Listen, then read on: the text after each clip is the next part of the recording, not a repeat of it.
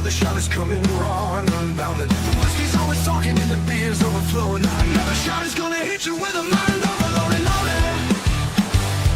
The bar is always open with no inhibitions. Another shot will leave your sensories twitching. Just remember, everything we say is just our opinion. But then again, it might be the alcohol talking. It might be the alcohol talking. Let's go.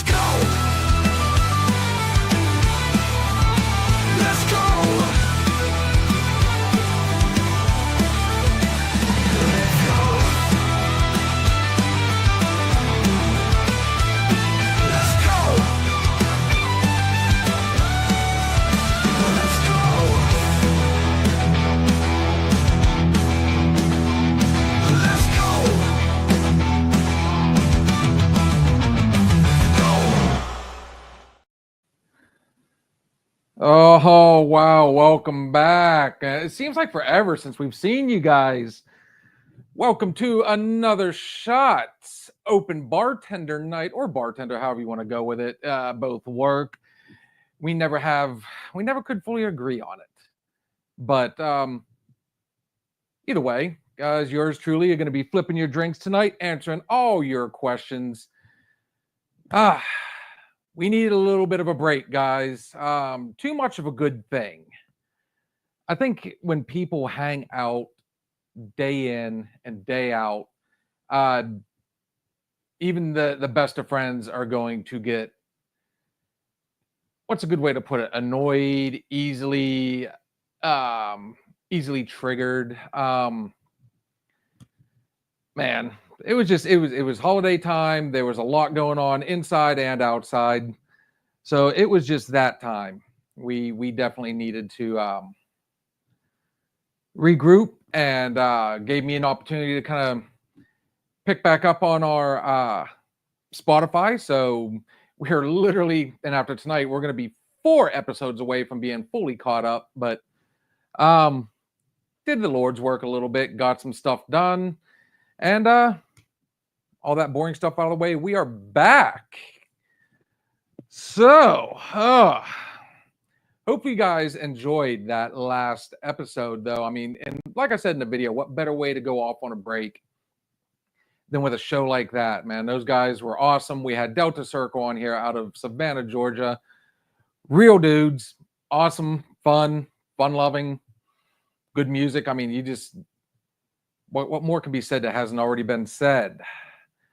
So on that note, hopefully everybody had a good time for the holidays. And I keep looking over here because I am so used to, even with this, the way we do things now, I'm still used to seeing a co-host. So I'm just, I don't know. It's weird not to look off to the side. So don't mind me. But guys, this is our open bartender night. We invite you to come on with any questions, all questions. For the most part, nothing is taboo. So let the show begin. I'm doing something a little different tonight. And I do have an idea, by the way, for another drink. But I will wait till our first break. I will have to run inside because I think they've got what I need in there. I don't think we have it out here. I'm going to try my own version of the caramel apple. So we'll see how that goes. But yeah, holidays come, they go. This one snuck up on everybody, came on fast. I'm not gonna lie, food was awesome. Got to spend some quality time with the fam. Yeah, I can't say I caught up on my sleep because yours truly just does not sleep. I don't know why. So if you guys had hello, Miss Jen, Aunt Jen in the house. The Easter with the family it was actually very enjoyable. Um, Anytime I get to go out to my grandmother's house, it kind of takes me. I guess a good way to put it, it's like going to my wife's dad's house. It's just one of those places you go in and it's just completely comfortable. I mean, it's out in the middle of nowhere. It's farmland. Uh, where I was at was coal, mountains, rivers. Like I said, it's just, I mean, the food was awesome. We all chipped in, and yeah, it's always a good time seeing the family come together like that. So, my thought is, how was everybody else's holidays? We'll go ahead and throw that one out there. Aunt Jen, that'd be a good question for you. What? Tell us how a Philadelphia Easter goes. And I see that Bobby is on there, and question goes out to you too, brother. Mm. So yeah, I'm just trying to get back into the swing of it. Just kind of spitballing here as we go, and things will they always kind of tend to, the creative juices are there, but they don't fully start to churn until we get a little bit of the holy water in us.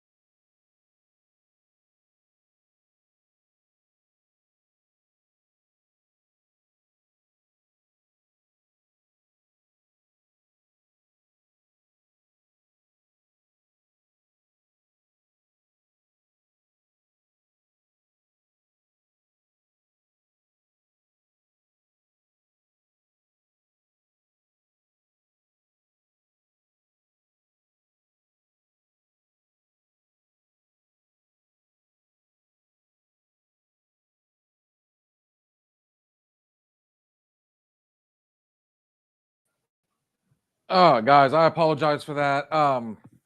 We are still working on the internet out here, and it's just getting to a point where uh, it's actually a big pain in the ass. It really is. Ah, get a little caught up here. It was very nice, Aunt Jen. It's always relaxing out there. It's hard to stay awake because especially after you eat, it's like there's so much food. It's like Thanksgiving for me. The first thing I want to do afterwards is nap. Um, Bobby says that was his favorite holiday. I don't know if I exactly have a favorite holiday. Um, but you got to let me know why is that your favorite holiday? That's a good question for everybody. Ah, and from the Book of Jen. My holiday was very peaceful. I spent time alone with God because it was His day. I have peace of mind, and I just spend time with God. And Colton relaxed because it was his day. People seem to forget that it's about the Lord. I have to agree. I'd say people do forget it is a very religious holiday. The family did not, so we were solid on that. But I like it. That's how she spends her holidays and gets through.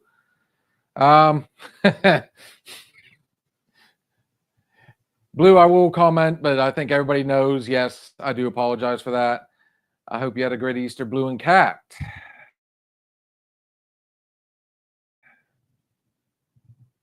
Mm. If I'm not mistaken, I do believe Miss Kitty Cat had a hell of a day. From what I understand, it was an all-day cooking event for her. So, yeah, like I said, Easter's come and gone, and the next thing for me coming up is my oldest is now getting ready to graduate this year. So that's another pill I've had to swallow and try and wrap my head around. And I like the fact that as we get closer to it, he's starting to make some decisions, and I'll tell you what, the outlook's looking really good for this kid. Again, it's going to be one of those, a lot of family up here. We're going to be coming from all over. I mean, we'll be coming from Tennessee, Kentucky, North Carolina. I'm going to venture a guess out of Ohio, and we shall see. We shall see. I'm actually looking forward to this one. Not the biggest house in the world, but I do like to host a good soiree, and I love a challenge. So I think that's something a lot of us, especially you viewers out there, man, graduation, it crept up on me quick. I'll be honest. I've been doing a lot, but I don't know. I'm still trying to completely. What's a good way to put it? I mean, the only thing I don't know is if he's going to try and stick it out at home or if he's going to live on campus. I think that's been a big question. He's been living his best life, honestly. I didn't even know this was a thing anymore. He kind of mentioned it, and when I say him, that'd be my oldest. They've been doing the seniors have been doing this. There's been a senior challenge where he's had to wear a swim ring, and there's water gun battles, and they do what they call the purge and chasing after each other. And now they're doing something along the lines of the ice bucket challenge is back. So I got to actually be the cameraman for that one today. That was definitely an interesting experience. I think Big Brother's starting to realize he's going to miss little sister because she was one of the ones that got to help hold the bucket and dump it on his head. But yeah, he just got back. He's already been to one prom. He's getting ready to go to the other. I take this time to kind of think back. I think as a parent, all of us worry about our kids in some sense. But I think the one thing that keeps me from totally, going nuts and worrying myself to death about it is he's actually shown, all of us make mistakes, and I've definitely made my fair share over the years. And, I never tried to fully be the cool dad, but I wanted to be the dad that my son and my daughter thinks is cool even today. I mean, I went as far as to try and time a pregnancy with, we timed it just right. Hell, I'm still going to be in my 40s whenever my son turns 21. And whether you agree or disagree with this one, I absolutely look forward to having sharing his first beer legally in a bar at 21 and not be that 50-year-old, dad, I'm embarrassed. I don't want to hang out, but the stuff he's done, the choices he's made, I got to say, I'm extremely proud of the young man that he has become, and I have all the faith in the world that he is going to be very successful out there. Like I said, I think one of my biggest things was I wanted to give him some of the stuff I felt like I didn't have, and like I some of my regrets are not finishing college myself. I wish if I could go back, I'd have gutted it out and stuck it out a little bit longer. But no, I hit the late teens, early 20s, moved out, and thought I had the world by the balls. Honestly, I think every one of us at one point has thought that at that age. And I made some questionable decisions, tried to do the right thing, and that's gonna be me, isn't it? Allow me to fix that so we don't have that happen again. We will just put the old mute on that. Anyways, I'd say there's a part of me that's kind of living vicariously through him. That's how much. That's how proud I am. is the fact that, you know, he's actually going right into university. He's going right from school into college, and dude, he's got a plan.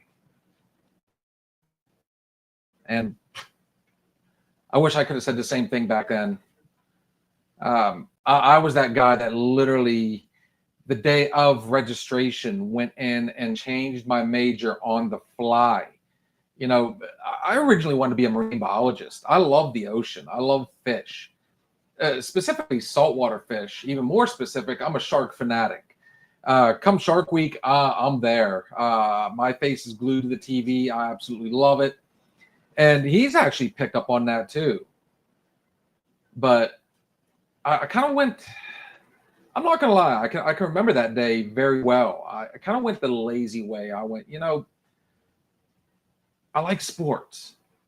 Why not try and be a coach or a gym teacher, or, you know, something that's going to, you know, maybe a physical therapist or, you know, something along those lines. So I literally on the fly changed my major. And to this day, I still wonder whether or not that was, well, I can actually answer that question. That was the wrong move to make. So like I said, at least, you know, he's already got a plan. He already knows what he's going to do. And if he does the same thing, man, Lord help him, but I got his back on it. I had illusions of, oh man, college parties. You know, I went to BC3. I was going to do the transfer. I was going to do a couple years at BC3, and then I was going to do 2 years at SRU, which for you people that aren't from the area, it's Slippery Rock University. And when I got in there, you know, I didn't, honestly, my head wasn't there. It really wasn't at that point. And I started to, the first thing I did was I loaded myself down with classes. So then I realized, oh, well, okay, I can't keep up. So I ended up doing the whole, let's drop a couple. Shaka, what's going on, brother? Welcome to our Monday Night Bartender. Hopefully at some point, man, I'll get to talk to you. I've yet to actually get to meet this gentleman. Unfortunately, and that particular night, if anybody recognizes the shirt, let's hope I cannot repeat the same thing. But apparently this is my bedtime shirt anymore. But anyways, I had, you know, I kind of, let's make it a little bit easier. Let's drop back a little bit. Things started getting good, but then I kind of realized, you know, hey, wait, we got this thing called the student union.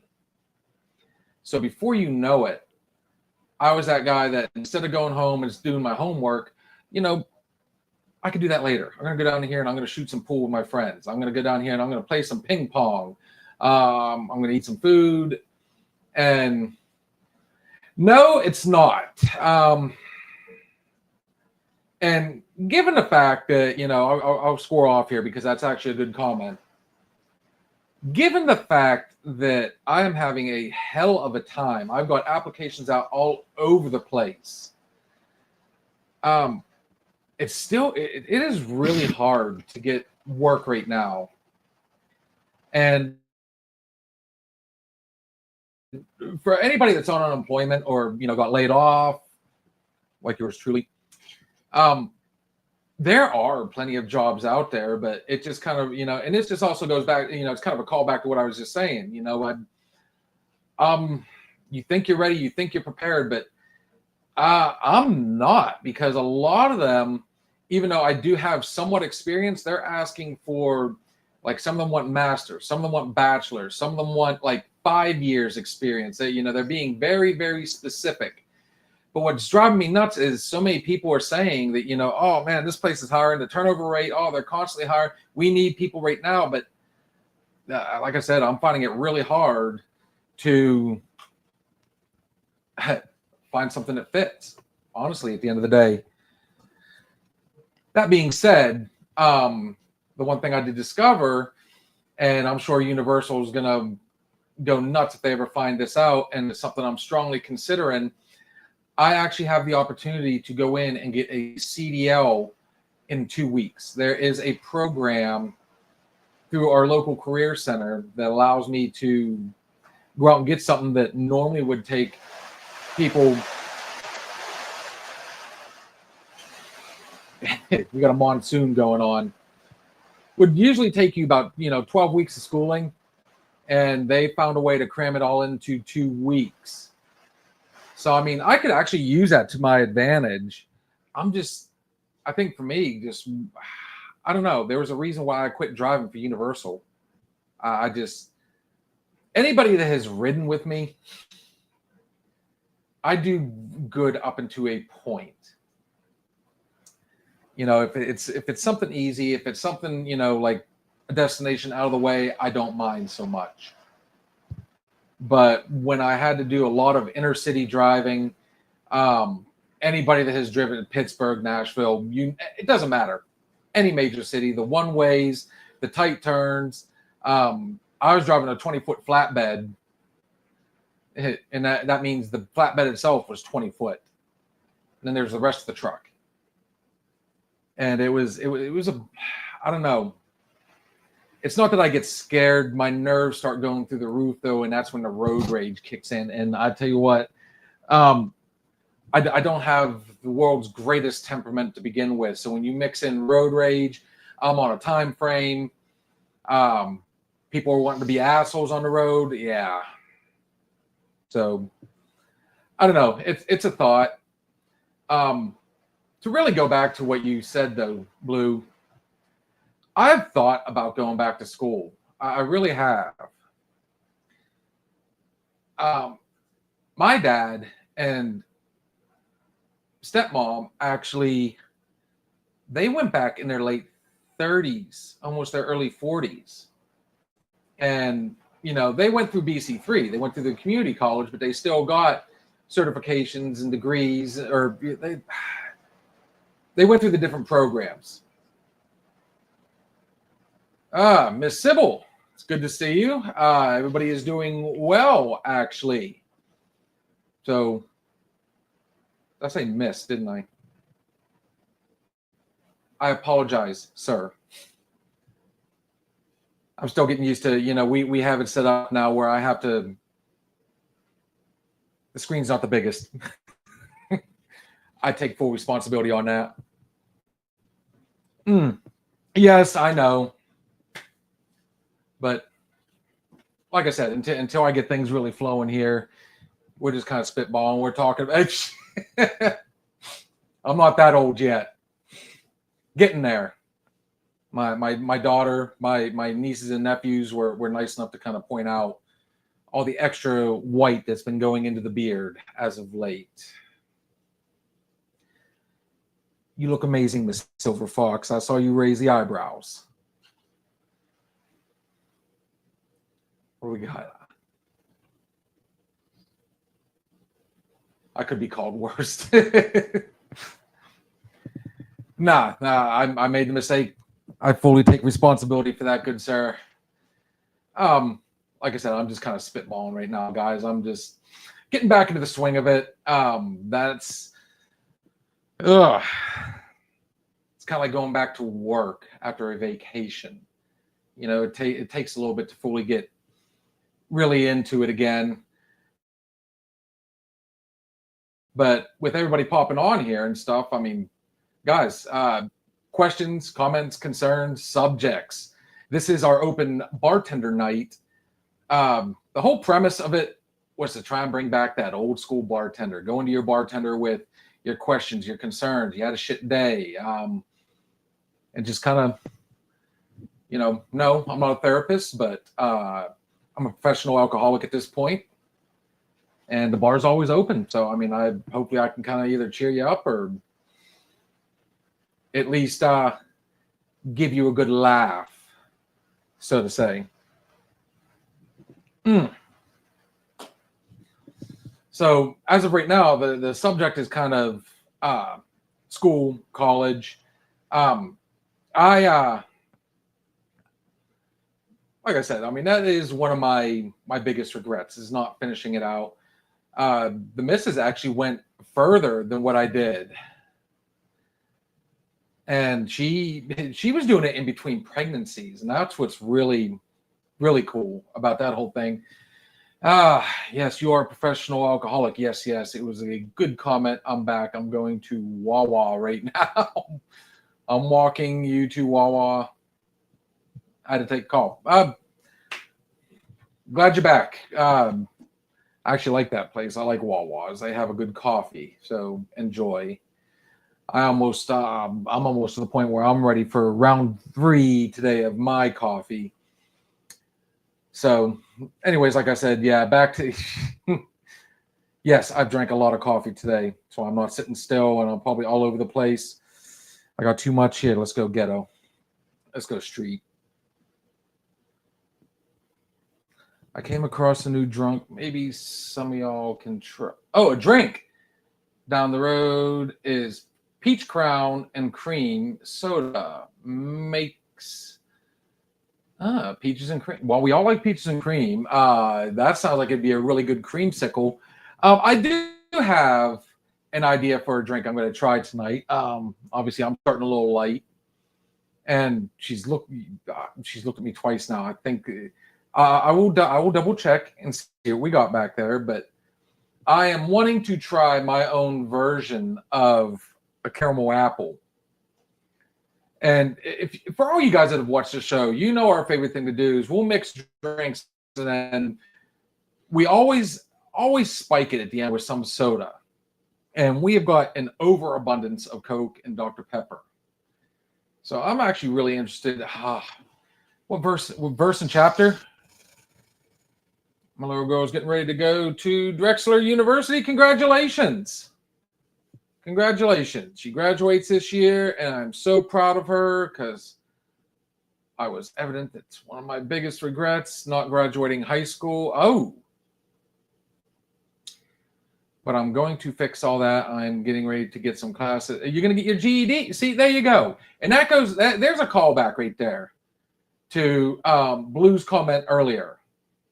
It's never too late, guys. It really isn't. And, actually, that kind of inspires me for a whole nother topic. What do we got here? I've done the Peach Crown and Dr. Pepper. Blackberry is not bad. Okay, so when you say blackberry, are you talking about the Crown, or are you talking about, is there a Dr. Pepper blackberry? I'm getting confirmation right now that there's yet a soda out there. Apparently, I'm going to have to go shopping big time. And I'm going to have some, I guess, a partner in crime on this one, because you guys seem to be a little more up to date. Maybe I'm just too old school when it comes to some of this stuff. So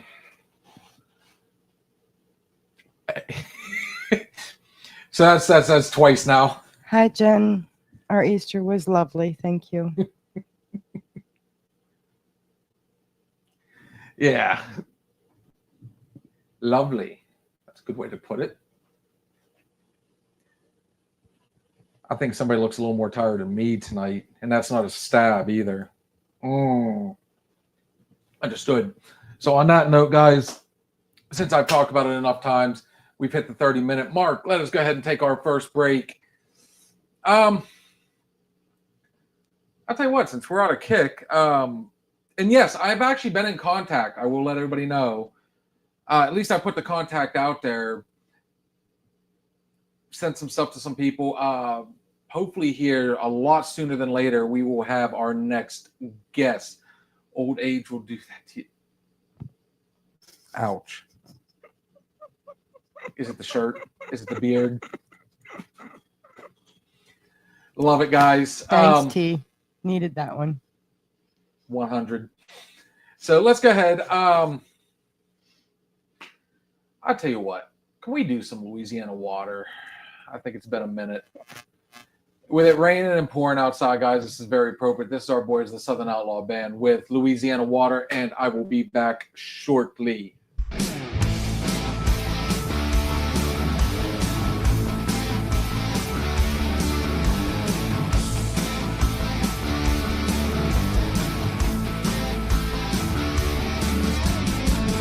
I'm going back, Louisiana, where the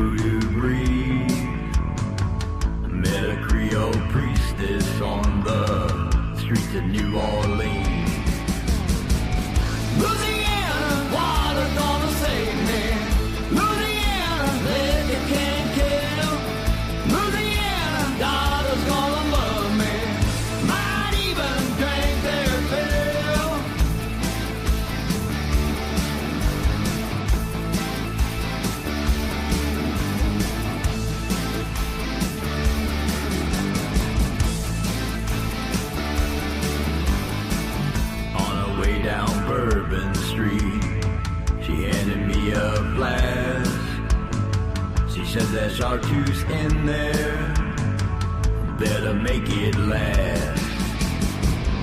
Louisiana water's gonna save me. Louisiana liquor can't kill.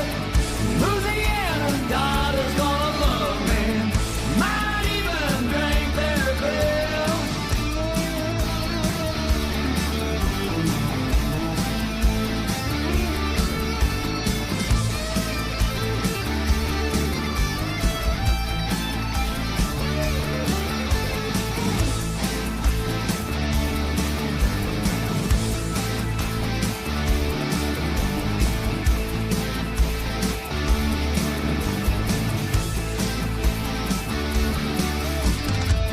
Next thing I remember, I'm in the swamp to my waist. And the chartreuse that she gave me was all that I could take. Louisiana water gonna save me. Louisiana liquor can't kill. Louisiana daughter's gonna love me. Might even drink their fill. Louisiana water's gonna save me. Louisiana liquor can't kill. Louisiana daughter's gonna love me. Might even drink their fill.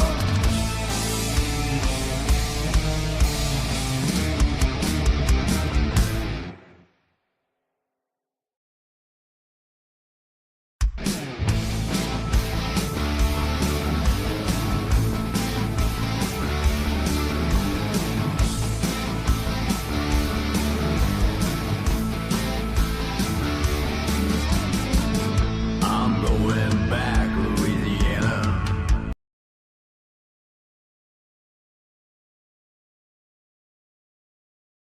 Yes, ladies and gentlemen, we are notorious for doing that. Sometimes she remembers, or sometimes I'll throw her for a damn loop. And hey, I got everything set up, and before you know it, we loop. But hey, you guys like that song anyways. But luckily, I went inside and was able to find. I have a secondary bar. I would be remiss if I did not sit down and do a specific drink. So I kind of want to do my own little version of this. And what's he got on there? I would tell you the same thing if you were... Oh. That one goes to you.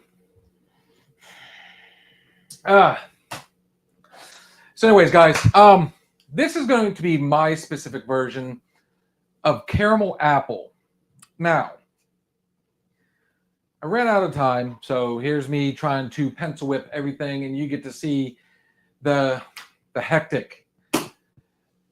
You cannot pour a drink like this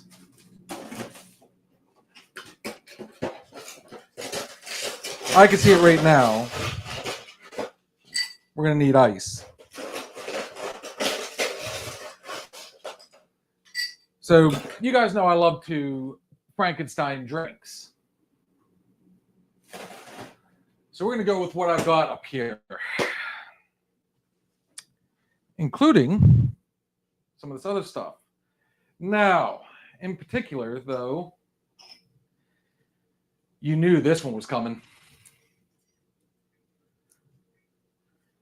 It's not been open yet. It has not been opened yet. So the three ingredients I'm starting off, and I'm going to allow you guys to did we freeze again? No, I don't know what is wrong with my husband. Yeah. So bear with me, guys. We're gonna have a little bit of fun now.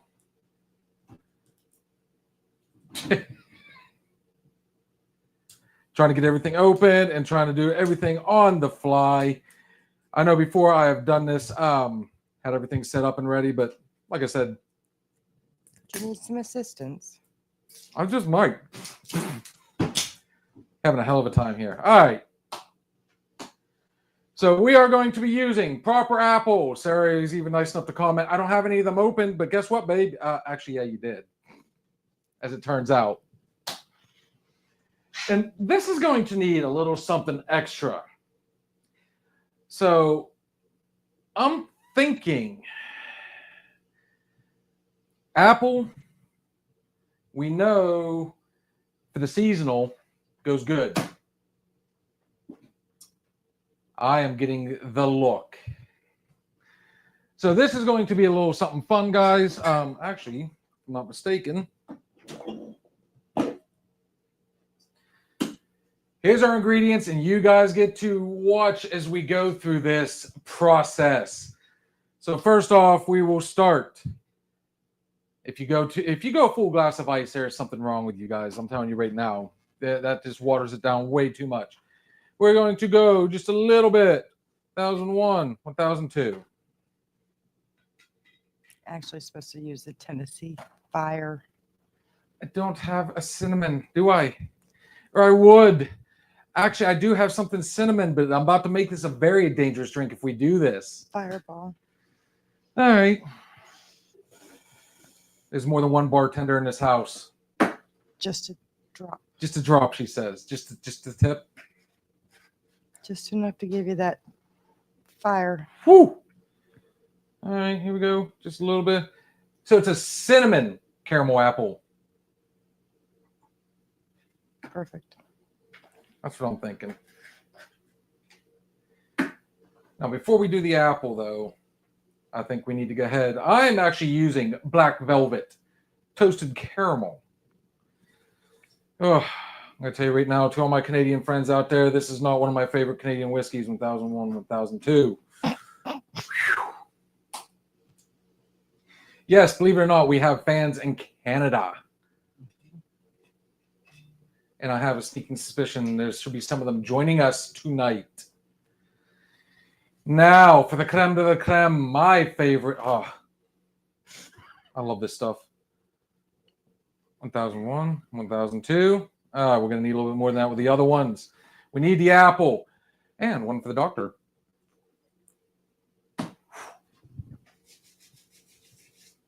I know you're saying, oh, you got proper up here, but this is regular proper. This is proper apple. If you guys haven't noticed, our drink of choice here is proper. Whoo, I'm already looking at that pretty hardcore. And the reason I'm wanting to add Coke right now is because Coke does have that kind of caramel flavor to it, in my opinion. You don't think? Oh, yeah. Finish it off, and I always know I've done it right when I get the fizz. Just stir.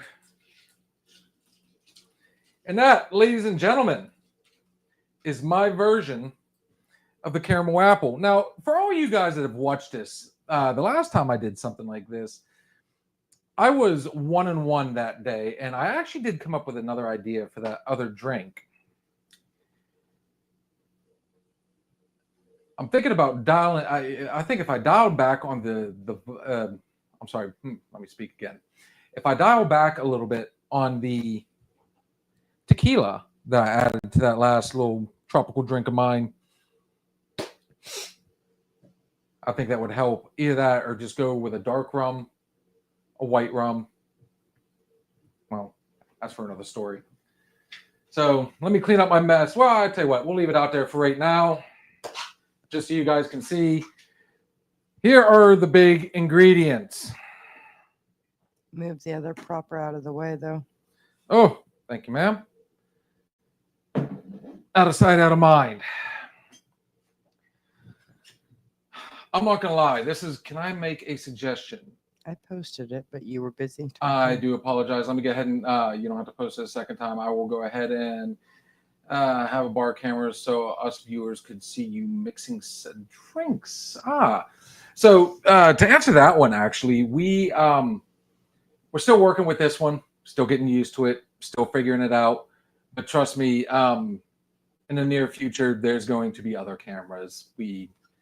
So you actually saying that kind of that works for me. kitty cat. Before I even take the first sip, what's No. your thought? Sip it. Would this be something you'd be willing to order? Let's just say back in the day. I'm going to ask you to smell it at least. And yes, extreme close up. Oh, that's scary. All right, guys, here we go. Cheers. Oh my God. You know, I can honestly say if I were to do just that much more cinnamon instead of just that little dab, that right there. Okay, so let me clear If the you air. do that much more cinnamon, you didn't take that much more Jack out. So That's a of, solid point. Instead of a full shot of Jack, you do a half a shot of Jack, a half a shot of Fireball. I'm gonna have to look around and see if I have what they call the jigger. That's Jigger.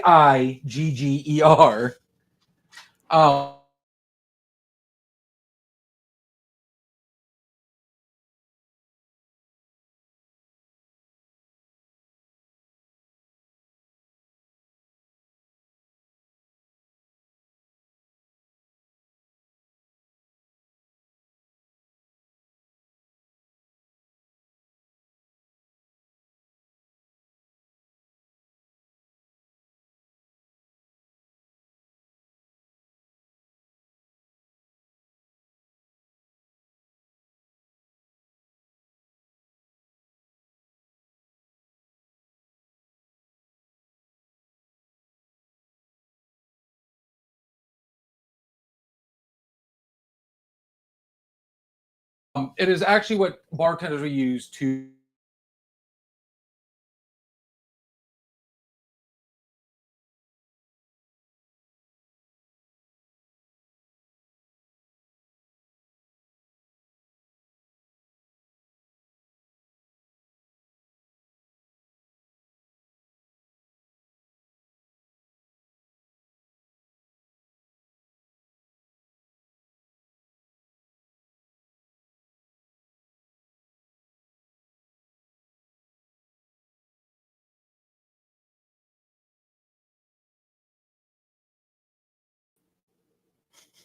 oh, I could talk to myself. That's never a good thing.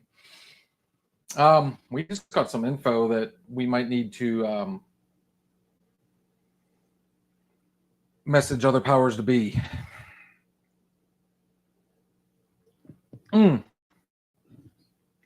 Yes, I'm finishing up the beer real quick, guys. Yeah, the weather is nasty out there, but I think for the most part, it has subsided. I do apologize again, people. Sometimes it's just out of our hands, and we're working on it. We'll get there. We'll figure it out, even down the road. So back to it. Let's get that bad boy out of the way. All right. So this right here, I can't. I wish I could describe it. Let me try again.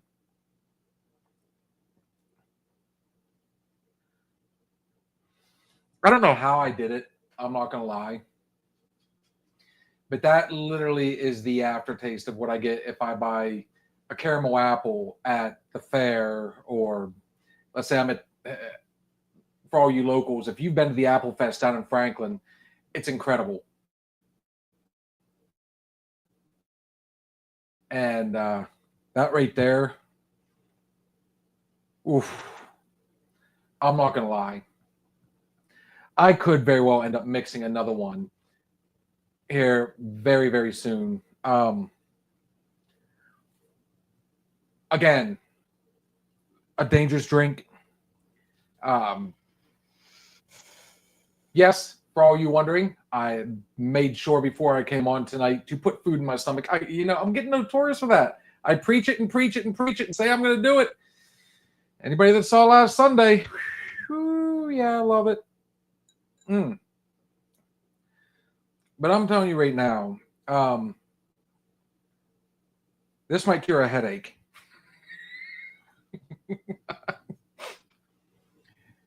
There are samples. I know one of these times I would love to have one of my viewers on here, one of our viewers on here, to sit down and try. So, I mean, it's one thing to get it from the two people sitting at the bar, because 9 times out of 10, I mean, we already know what we like. I just want, we need some other opinions out there. And I'd like to know how many people watching have actually tried some of these recipes that I guess I put out quite a few. Steve, who's not my co-host, is usually sitting right there. He did his version of the Long Island iced tea, I think, last week, if I remember correctly, or give you a headache. Yes, agreed. This is definitely, there's a lot of sugar in this, a lot of sweetness. But I tell you what, for all you watching,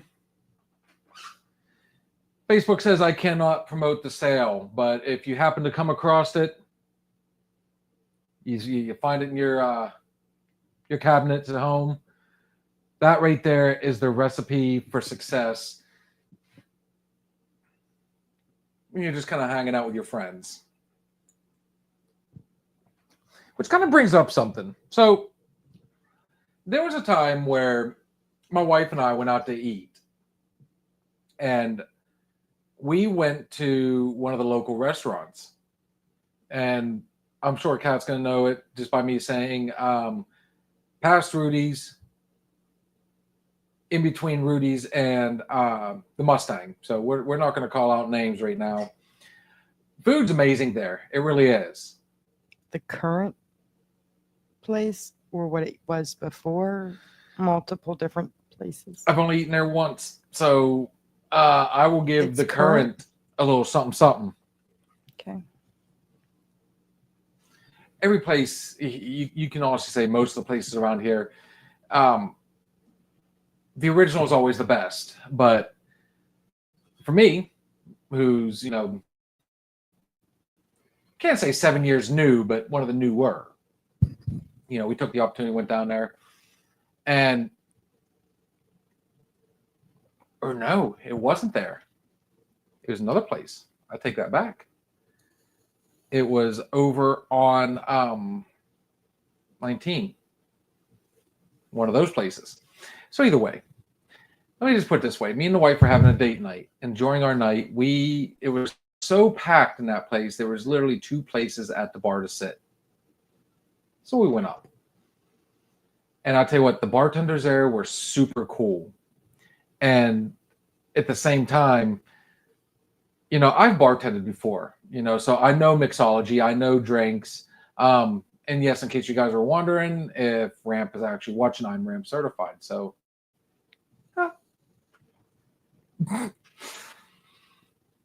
take that, Facebook.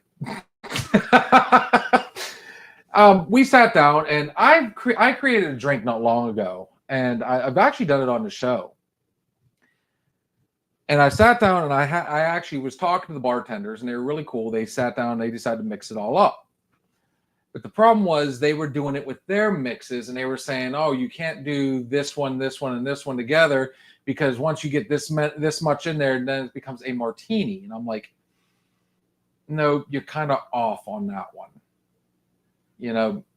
The common misconception is, let's say I've got an 80 proof, a 90 proof, and a 100 proof. People are going to take that particular drink and they're going to add those numbers together. And they think it's going to be the strongest drink in the world. It's only as strong as the highest alcohol content. You're not going to go above that. Otherwise,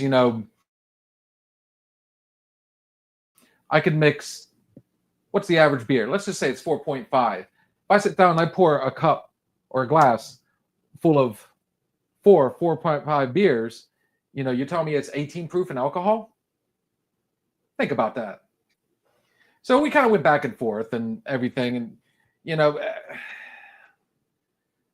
that drink is not as strong as you think it is. Because first off, I wasn't even doing full shots. When you mix a drink, not all recipes require that full shot, you know, the 8 ounce, whatever, you know.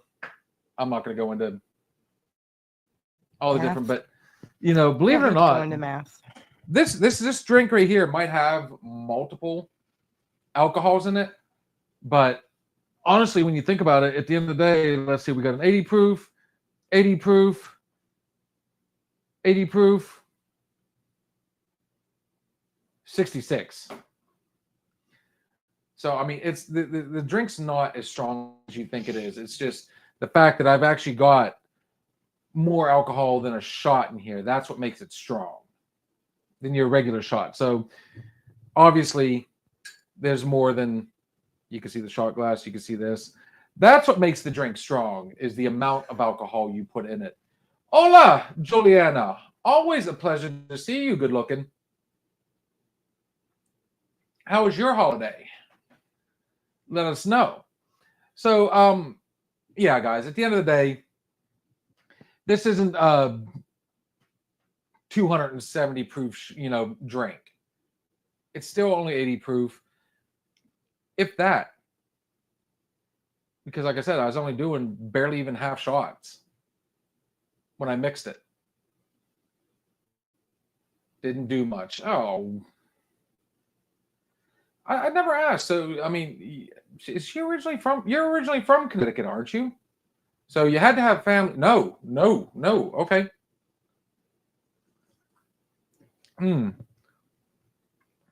I met this young lady whenever I was DJing at the Mustang, and I'll tell you what, we became really good friends. One of these times, you know, next time you're over, maybe you can have a seat with me and old Steve-O at the bar and have a drink. Sit down and recant life. Or whatever you want to talk about at a bar. So yeah, guys, at the end of the day, the power of the drink comes in the amount of alcohol you put in it. Not, like I said, I mean, I've got, you know, all these different, it's not a 270, you know, proof drink. And trust me, I have had a lot of people try to use that, you know, oh man, you have this much. City College, but I disliked it, so I withdrew. But I met a guy there, so I decided to stick around, but then I left. No, he was asking, Jules, he was asking where you are originally from. I know, but you want to tell him? And that is the voice of Lady Jesus. So yeah, when you see me mixing all these drinks, guys, no, I'm not, you know. Now, I will say, it's funny, if I'm not mistaken, I just talked about, I was born in Boston. Oh, is that why we're such good friends? Boston. Never been, always wanted to go. Can't wait sometimes. Originally from Connecticut, then. And I'm the one drinking. So you're originally from Boston, but I love our people. I really do. We understood fully, trust me. And you got somebody that's already starting to drop a few drinks themselves, trying to decipher everything. You know, the irony of the whole thing is, it was just a couple shows ago. Born in Boston, live in CT. Right now, gotcha. Hopefully, Connecticut's got something to offer. I don't know. I've been to Connecticut one time in my life, and it was a very short visit. She moved to Connecticut in 2012. Ah. I moved to Connecticut. So anyways, the irony of all this is, at the end of the day, I think it was just a couple shows ago how I was saying, guys, let's be responsible. Before you go out, there's a serial killer on the loose in New England. Stay inside. Fact check what's going on that one. Let's talk about that. I literally was just a few shows ago talking about how when you go out and drink, man, have a good time, but at the same time, be responsible about it. Make sure you eat food, put something in your stomach. And I've made this mistake multiple times. And then literally, just 8 days ago, we sat down, we did a drink. I don't know. We introduced a drink and kind of gave our opinion on the whole thing. And damn it. And I know Shaka was one of the ones that got to see this firsthand. My goofy ass barely made it through the first hour of the show. So, yeah, I can 100% vouch. My couches in here are very, very comfortable and easy to fall asleep on. So, yeah. Yeah, no, don't swing by the Mustang. He's not there anymore. Just get a hold of me. You have my number. September would be awesome. That's my birthday. Good old Mustang. We'll leave that story alone. Let's just say there was a difference of opinions. We'll call it all that right there and leave it be. What do we got on a serial killer? Between March 6th and April 19th, 2025, the bodies of 7 people have been found along New England cities.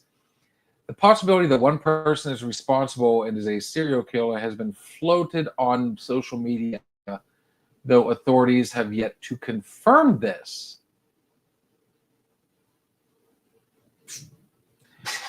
I don't know.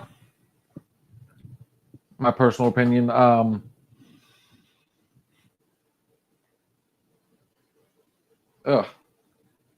Creepy nonetheless. But I mean, when they say New England towns, I wonder what New England towns. Yes, we would love for you next time you make it over here. We will make sure to pull up a stool, but we have hit that time of the night. We have hit halftime. They were found decayed, not bones, and was found in a town 20 minutes from me. You know what's fun about that? That's a whole other subject. We'll work with that. Let's go ahead and take our next break. I'm going to return Sarah's alcohol so she does not go through the roof on me. I do like sleeping in my own bed. When you sleep. When I sleep. Sorry. Couldn't resist. I don't. I really don't. I don't sleep even when I go to bed. I tell you what. Yes, you and I was getting ready to say it. We are in sync tonight, guys. This is One Hell of a Woman by our boys at the Southern Outlaw Band.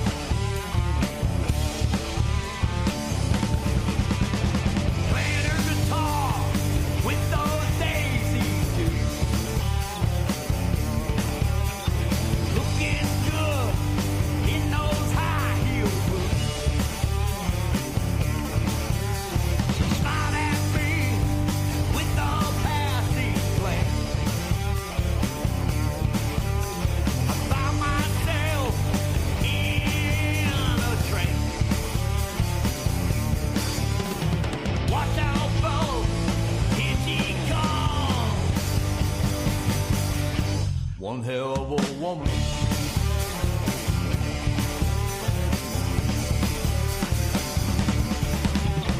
Not ya, a diamond beauty queen.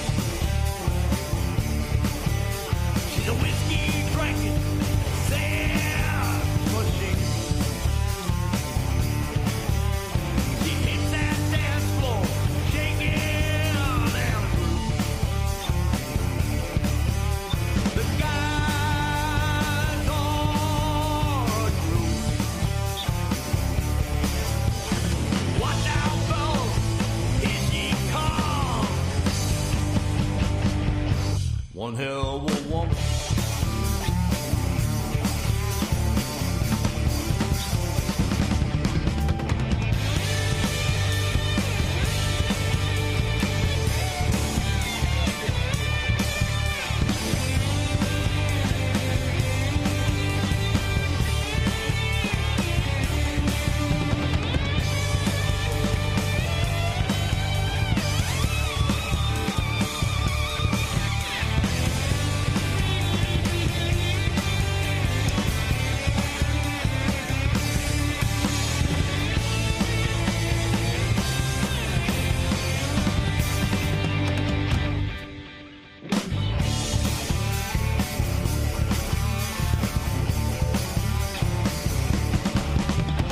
Takes a stain, all eyes on her. She knocks back a shot. Damn, she's hot. Hearts are pumping, the rhythm is thumping. Too hot to handle, the guys like a watch out, fellas, here she comes. One hell of a woman. One hell of a woman. One hell of a woman. One hell of a woman.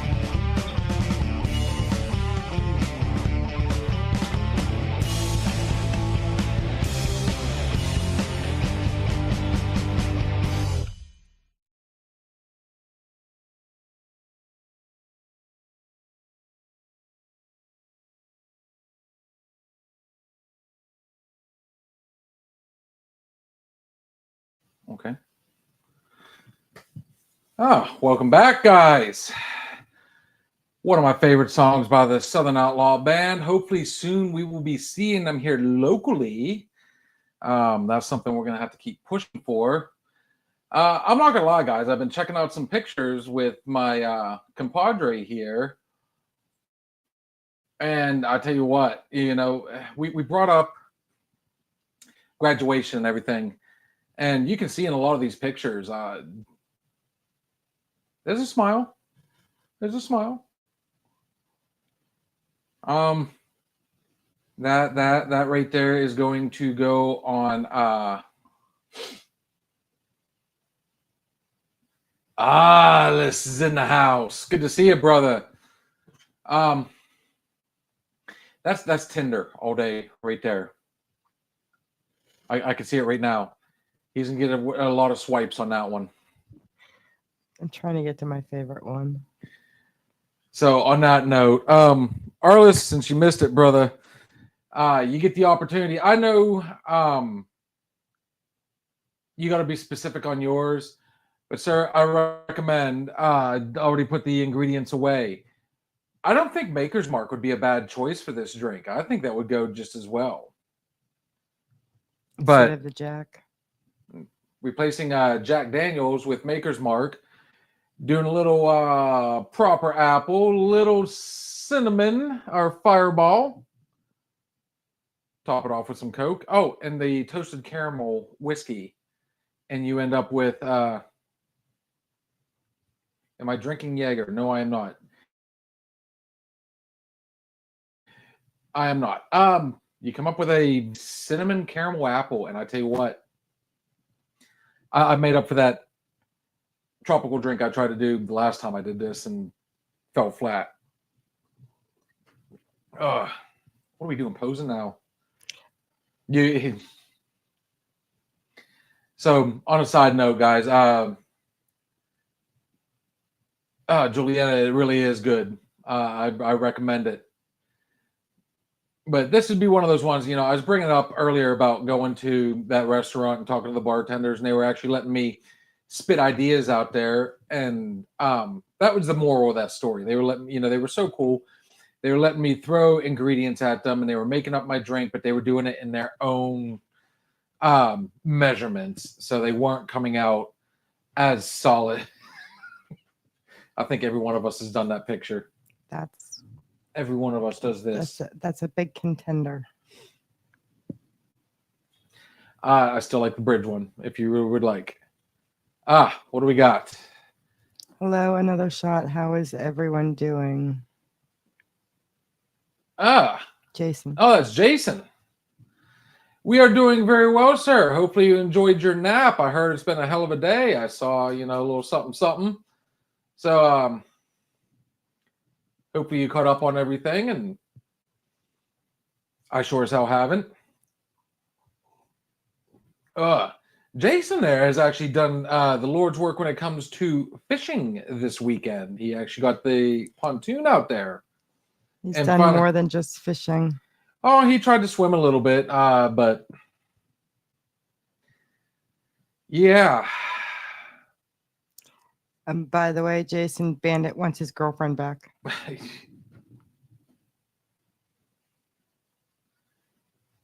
I don't know, when you get somebody like me that likes to drink beer when I'm out and about on the water where I feel most at home, whether it be salt water or fresh water, don't know how much fishing I'm actually going to get done. So I'm kind of surprised at that comment, though. Hello, another shot. You almost sound like a robot. We need to put one of those, That way little check boxes that says, I'm not a robot. he wasn't singling out anyone. Of course we have. So anyways, back to Juliana. If you need me to repeat the ingredients, let me know. You said you're already drinking, so maybe the bartenders would be nice enough to kind of mix it themselves. And you know what? Whatever you guys create, name it after me.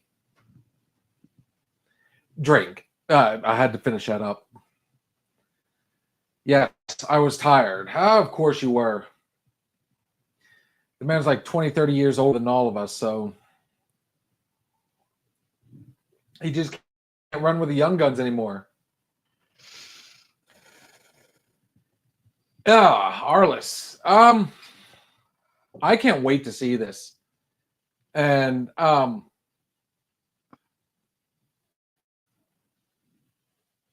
this is one at the end of the day. So the main reason I wanted to do this, we originally had a logo, and I loved the hat, the glasses. It was handwritten. Go ahead and show it again. I like this particular logo because it kind of makes me think of one of my favorite characters, Hunter S. Thompson. And if any of you have seen Fear and Loathing in Las Vegas or read any of his books, the man was goofy, loved to drink, and I thought with the hat, it looked like he's wearing, it's a skull, half a skull, wearing sunglasses. I mean, it looks so. And I'll tell you what, that particular logo, this young lady right here in front of me, behind the scenes, put a lot of work into that. She actually took a logo that I had found, a design that I had found, and she made it better. And then, lo and behold, somebody felt the need to say something. So we took a logo and made it even better. So the reason I wanted to do that is it's a gentleman that I've met on another platform. It's not that he does it for a living, but he, from what I understand, he teaches how to do it and so on and so forth. I've seen some of his work, and I thought, what can we do to really set ourselves away from everybody else? What's that final nail in the coffin, so to say, the proverbial nail in the coffin? And I literally got, I was going through my normal routine today. I thought about it, sent it to him, and I said, what are the odds you can have this done today? Tall task, huge task. And I was like, I was looking to surprise everybody. And honestly, something like that, and I can't wait to the finished product. So now you can honestly say there is a little bit of everybody involved, and I can't wait to see it. I think we went one step, we took another, and just things really progressed. So yes, Dan is an author in Canada, and I cannot remember the name of the book, and I'm wanting to order it because I promised him we would show it here.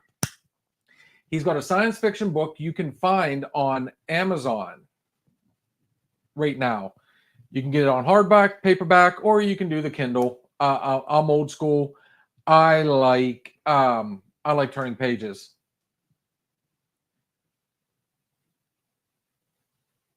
Well, thank you, sir.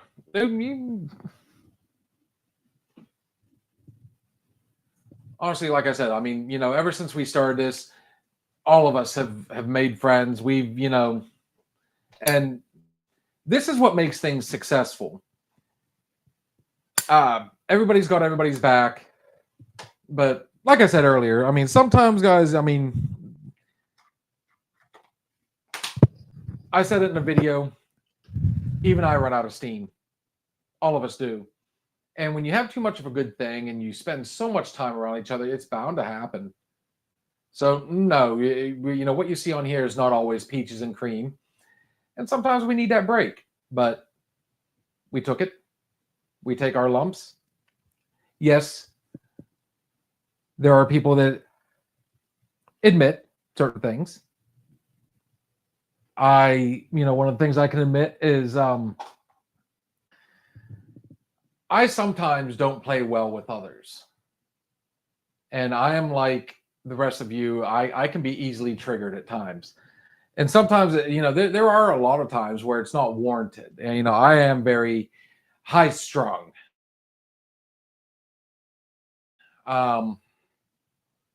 It's something I've dealt with for quite a while. But at the end of the day, you see what's going on.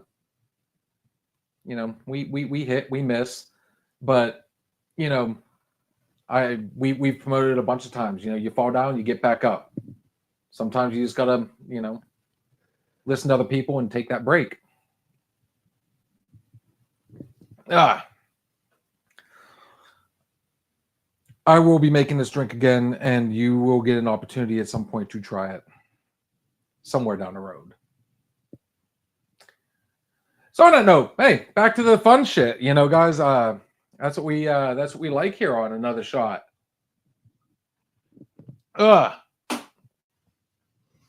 Might as well go ahead and hit this up because I haven't done it yet. Have we hit that time of the night?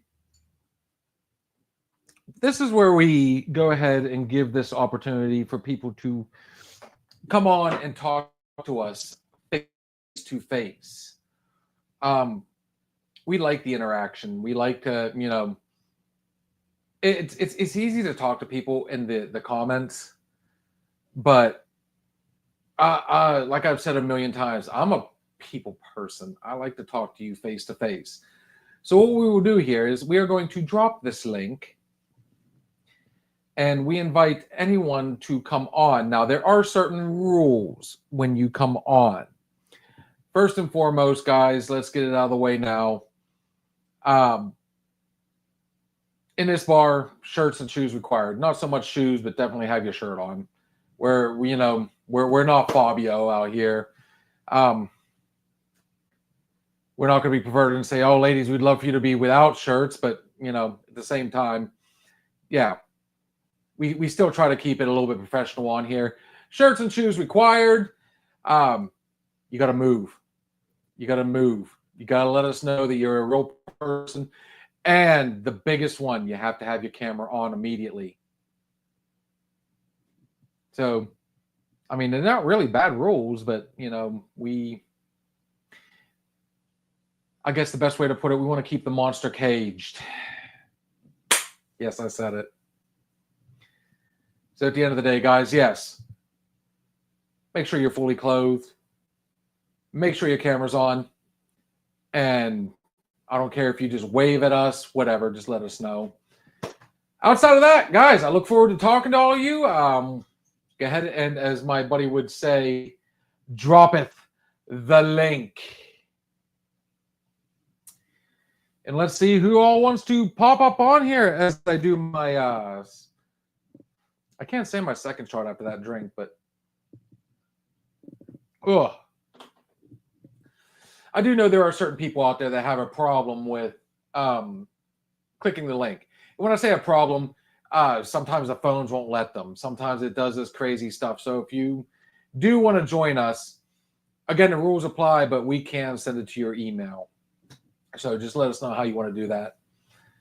Shaka, if you're still on here, brother, I would very much like the opportunity sometime to say hello and kind of make up for what I missed out on the other night. But on that note, wow, here's a face I haven't got to see for a whole couple seconds the other night.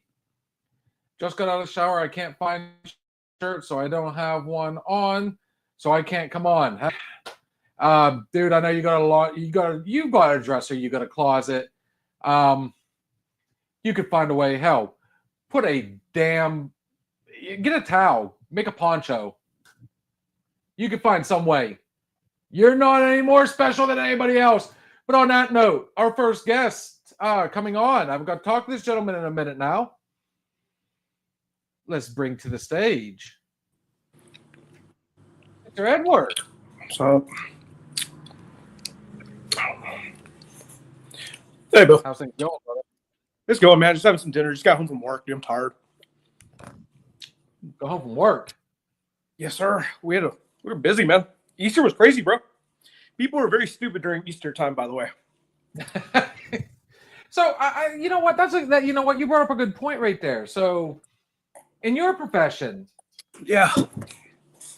what is, obviously you had a hell of a time back during the Final Four. We talked about that. Do they do a lot? I mean, what would be the busiest time for you guys? Like when is all hands on deck? Take a guess. Take a guess. Good stat. Oh, you what, wow. Oh. take a guess. Yeah, anybody. You Bill, throwback there. Huh? You were boomerang. Oh, okay. Hey, God, if you're there.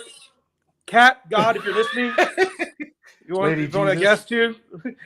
Take a guess what the busiest holiday is. You'd be surprised. You'd be surprised.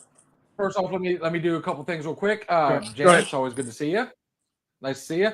My guess right off the bat is I'm gonna say probably around graduation time, but not when it comes to high school. I'm gonna say around college time. Okay, that one's decent. So the biggest ones we have are Cinco de Mayo. Makes sense, actually. But Cinco de Mayo isn't Mexico's 4th of July, which is which people get confused for some reason. It's not their national Independence Day, which for Mexico, but Cinco de Mayo, New Year's, Thanksgiving is probably one of the craziest ones. I was going to say Thanksgiving because everybody tries to deep fry a turkey and screw You got it. Oh. You know what? That honestly, I didn't even. You know what? Yeah. Man, every Thanksgiving, local news goes on there, guys. If you deep fry your turkey, be safe about it. Deep frosted. There's a lot of people out there that forget you got to thaw your fucking turkey first. Don't throw a frozen turkey into a vat of hot oil. I mean, that dude, that's home ec 101. Yeah. Don't mix water and oil. Yes. Oh, the Super Bowl is another one too.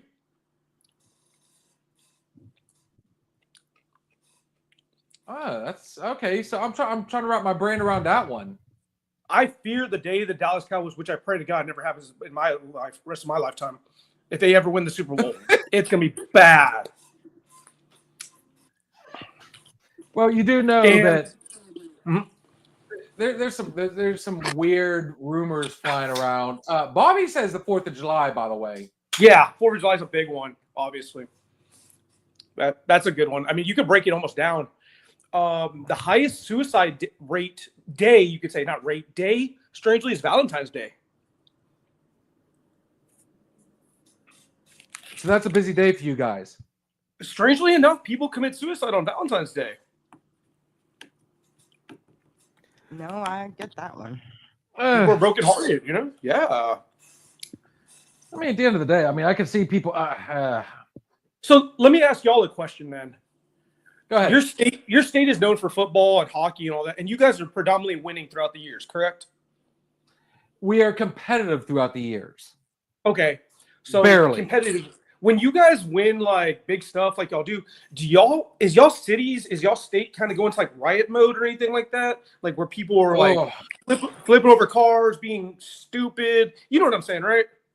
So yeah, this past season, yes, Philadelphia was absolutely insane when they won the Super Bowl. Yeah, There was riots, there was cars turned, there was shootings, there was fires in the street. There was, yes, the scanners went insane. You kind of got to remember, we got 2 professional teams. Mm-hmm.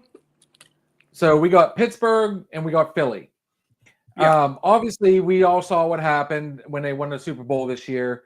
There were riots. They did the crazy shit, and basically the true idiots came out because obviously the best way to celebrate is burn down your city. Yeah, right. I can honestly say, at least and if Steve was here, he'd be like, "We're just that passionate." Yeah, and if he was here, I would still look at him and say, passion is burning down the city. We could go into a whole conversation about that. But the one thing I can honestly say I have never heard happen in Pittsburgh, because bear in mind, there's been multiple times we won back-to-back Stanley Cups. Mm-hmm. When we won the Super Bowl, I never got messages saying they're burning down the city. I've heard about the parties. I've heard about the celebration, the parades, and everything. So that is one thing I can give my boys in Pittsburgh, whether it be the Pirates, the Penguins, or the Steelers. We don't burn down our city. We truly celebrate. We have a good time. The liquor flows, the beer flows, the party goes on. We let everybody know we are happy. This is where I would actually come in to say I congratulate and pat on the back Pittsburgh police force. Ah, yes. Okay. They pay attention just as much and they arm everybody 10 times more so nothing does happen. That is one thing I can vouch for in the 7 years I've been back up here. Our guys have been spot on, whatever the situation has been. The only time you'll see the only time, and this is going to sound strange, but this is Texas.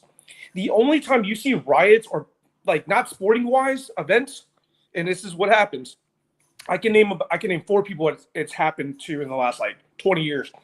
When we have a big profile execution of somebody, like if it's about race or gender or something like that, if it's a real big ticket item, there will be riots and people will get way out of whack during those times. So my question to you here, so San Antonio, obviously you guys got the Spurs. Yes. This would be in your lifetime. What was it like when the Spurs were winning with Tim Duncan and Ginobili and all those guys? You mean 99, 03, 05, 07, 07, there you 13? go. What was that? What? Yeah. Where was that from? What? I threw some clouds here. Hello? Hell, I did one even better. I remember when Dallas won back-to-back. And your boys hold a win now over my boys. Okay. So I am amazed the city did not go to hell whenever Ray Allen made that 3 in Miami against the Spurs. That will always be like a dagger in our heart for some reason. When Allen did the 3, whenever they beat the Spurs in the finals, remember that one? I do. I'm a big Ray Allen fan, actually, especially after he got game. Yeah, his trophy, his statue looks terrible, but I mean that's. Wait, that was Wade. I'm sorry, that was Wade. But it was amazing, dude. You saw a lot of Spurs pride. Like people were like, "Go Spurs, go!" everywhere. Coach Pop was considered like a god. Tim Duncan, people probably thought these people walked on water, for God's sakes. And it was just like 99 when they beat the Knicks was an amazing time because that was the first time we had won a championship, I believe. I believe that is true. Yes. Yes. And it was just an amazing time. We had all this amazing talent, all these European players, all these badass people. You know, the Spurs, if you look at the Spurs, man, their roster has been incredible throughout the years. And they've produced some amazing players and coaches. Bobby, you know what? Okay, so I'm going to throw something out there real quick. Yeah. I want to do something that we have yet to be able to do on this show. Chaz? We've had Chaz on here. Okay, You what know you got? but you have both a friend and a rival that likes to come on to the comments. I wish he would get on one day, dude. I'd love to have a healthy debate. I would love to invite Bobby tonight, even if it's just for a few moments, brother. Ding, ding. Ray Allen played for the Celtics. Yeah. Well, real quick, if you look at it, the Spurs have, Steve Kerr won a championship with us. Did he? Yeah. Steve Kerr played for the Spurs, bro. I think he played like 1 year for us. Yeah. I have a hard time trying to remember where Steve Kerr's went after the Jazz. I thought I could have swore he retired at Jazz. Steve Kerr? But, Steve Kerr never played. Seeing as how you're from San Antonio, you're probably one up on me. Steve Kerr never played for the Jazz. He never played for the Jazz. Steve Kerr's. Who am I thinking of? Oh, I'm thinking of John Stockton. You're thinking of John Stockton, yeah. I They am. never won a championship. They never won a championship. Did he play? Yeah, he did play for the. Okay, so yeah. Oh, wow. Look No who happens fucking to way. be in there somewhere. He is alive. Yeah, he played for the Bulls, and he played for the Spurs, I believe, 1 year. Yeah, they won a championship. Yes, Steve Nash. Okay. Steve Nash. Steve Nash won with the Lakers, right? I believe so, yes. Yeah. Dude, I've been so far out of touch with the NBA. Oh, Man. dude, I can go over it a million times. I cannot stress it enough. You know, the I'd say 97, 98 is when I finally started to kind of fall out of the NBA. I think today's players are a bunch of babies. At the end of they cannot even compare to those guys back then. Again, they were tougher. Heroes. The guys back then were way tougher. Way tough. Big Papa Pump says playoffs are good unless you're Memphis. That's true. Hey, you know the Pope died yesterday, right? Or today? The Pope died? He died today. He died today, right? Like The Pope died. My God, that's like the third or fourth Pope I've seen now. We're about to see my fourth Pope. I didn't think you would see that in a lifetime, honestly. But then again, hey, let's see what the white smoke produces this next time. Yes, that's a good one. You know, man. Blue, Big Papa Pump. There is a, and I'm going to say this to Bobby too. We do have a link dropped. Yeah. So feel How was free y'all's to Easter come on there and challenge us at any point. How was y'all's Easter, by the way? Easter was actually good. Easter was good. Very relaxing. Steve said he died after Easter lunch. Oh, okay. Damn. Last supper. That's fucked up, dude. That's fucked up. Because I saw Don't him make me yesterday say on it. We'll TV. hang around for a while and find out. Oh, okay. I saw the Pope live yesterday, and then he died. I heard he died today. He gave a speech yesterday. That's crazy. You know, for me, when it comes, you know, I never thought there's been a lot happen. Oh. Okay, so Edward, I got a treat for you, brother. And yes, this Bring is him on first. Here, I got to say, hey, Big Papa Pump, guess what I was able to do? Okay. He hates that part. Let's bring to the stage. Here it is. New York Yankees finest. Bobby. Is that an OnlyFans hat I see? No. College sports. Oh, Steve says, find my wiener.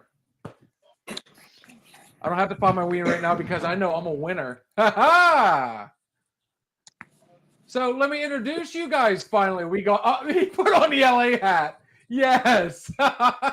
Bobby, if you don't go and put your Yankees hat on now, oh, let the bloodshed begin. I love it. So let me introduce you guys. We got Bobby Ryder. Meet Edward from San Antonio's. Edward, meet Bobby Ryder. What's up, My Ed? mom always said, if I didn't have anything nice to say, don't say it at all. Dude, I actually like you, man. Like, I know, I'm just messing with you, dude.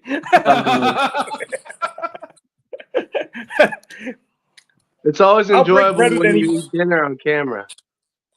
I'll break bread with anybody. You're more handsome in real life, by the way. You're more handsome you're more handsome on video, by the way, than your profile picture. Yeah. Two teams that are buying wins. Okay, so Big Papa Pump is busting his ass right now, trying to really stoke the Stir the flames. pot.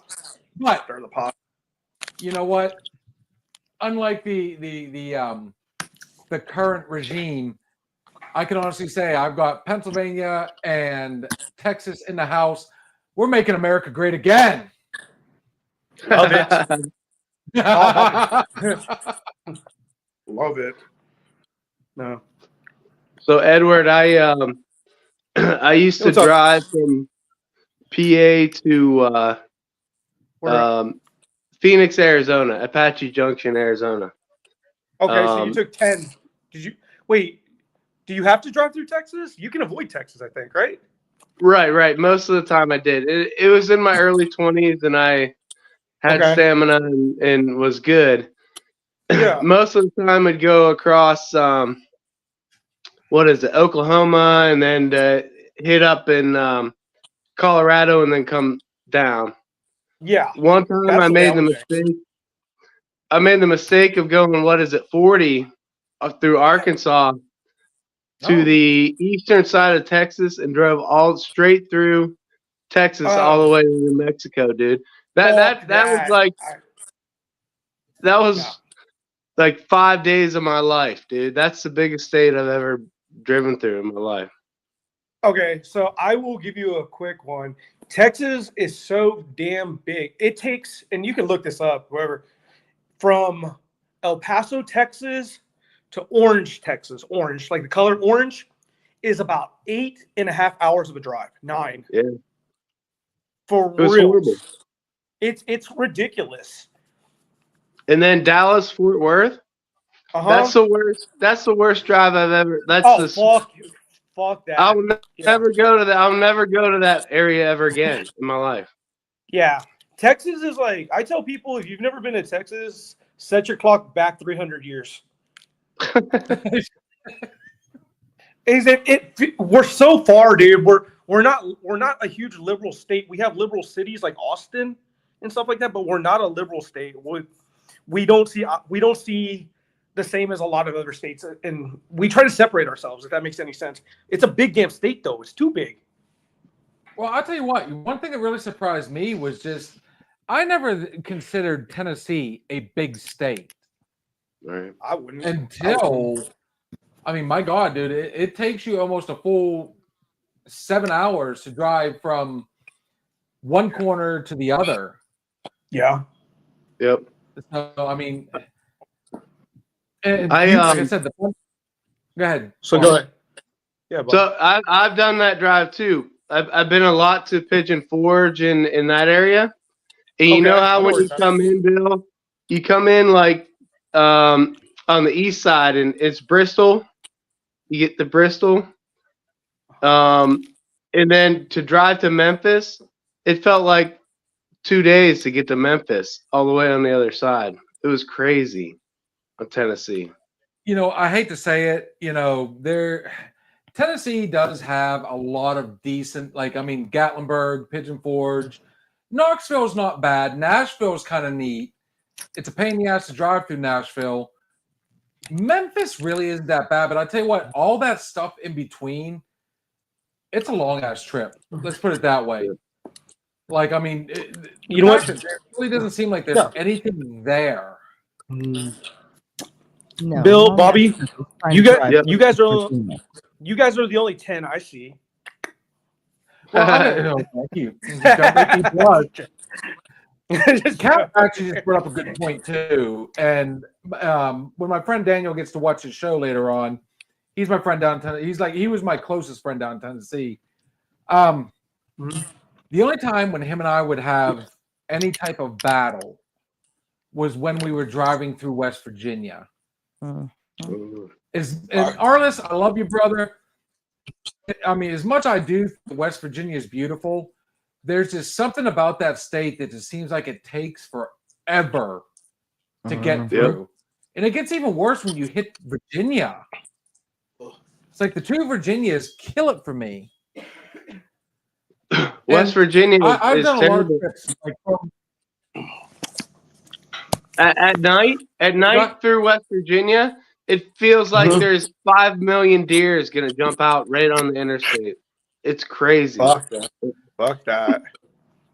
I know. Yeah. I know. When we leave here and we drive down to my mom's, it's West Virginia, is Blue and I sit there and argue back and forth on which one of us is going to start out driving because we know whoever it is stuck with West Virginia because we're literally driving for 5 hours through the freaking state, and then the rest of the trip just flies by, just getting through West Virginia.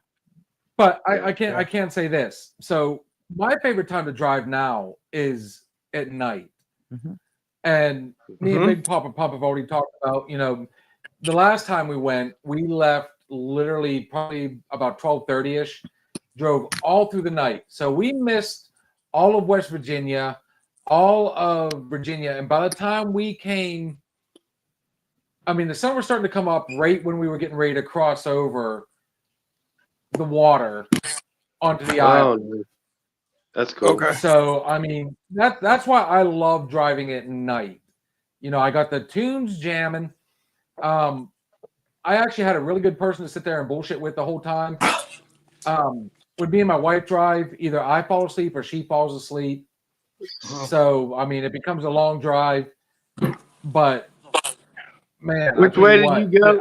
I think midnight driving is the best when it comes to taking long trips. Bill, which way did you guys go? Like, through down to DC and down, or did you go West Virginia to Carolinas down? So we ended up going through DC. We cut the corner. I think we cut the corner of West Virginia into DC, which, I mean, obviously we're in Maryland at that point. We got to go through Maryland. We go around DC, which anybody that's ever driven through DC or near DC knows that type of driving is insane. It really is.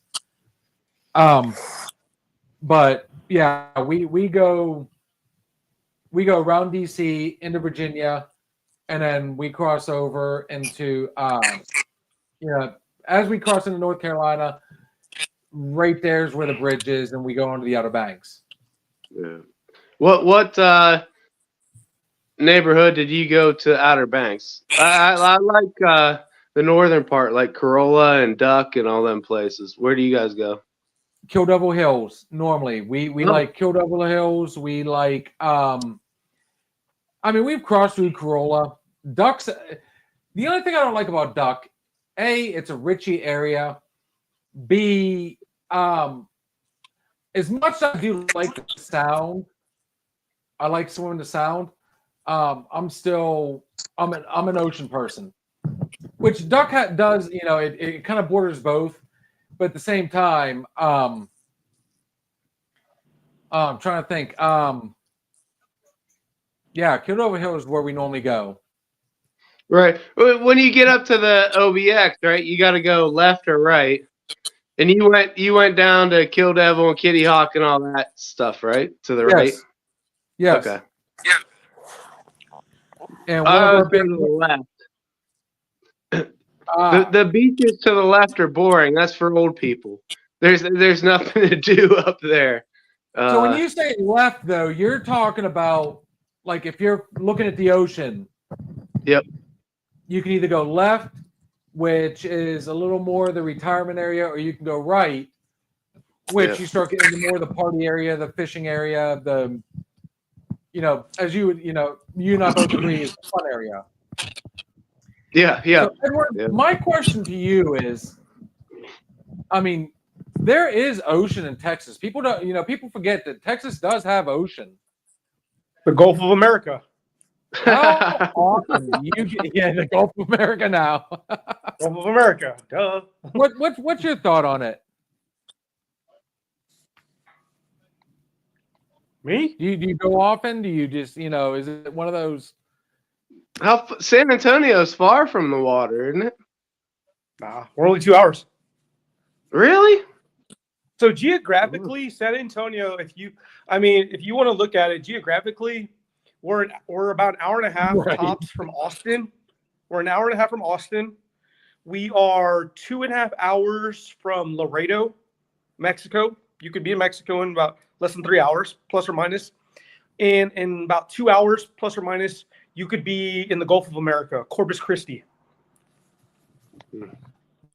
So you could be at the beach, you can be in another country, or you can be in the capital in less than 3 hours. So you've got the best of all worlds, really, when you think about it.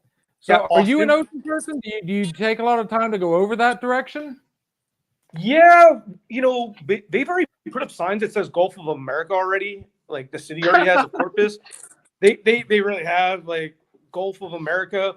But if you look at the Texas coastline of the Gulf of America or Gulf of Mexico, whatever the hell you want to call it, it's whatever.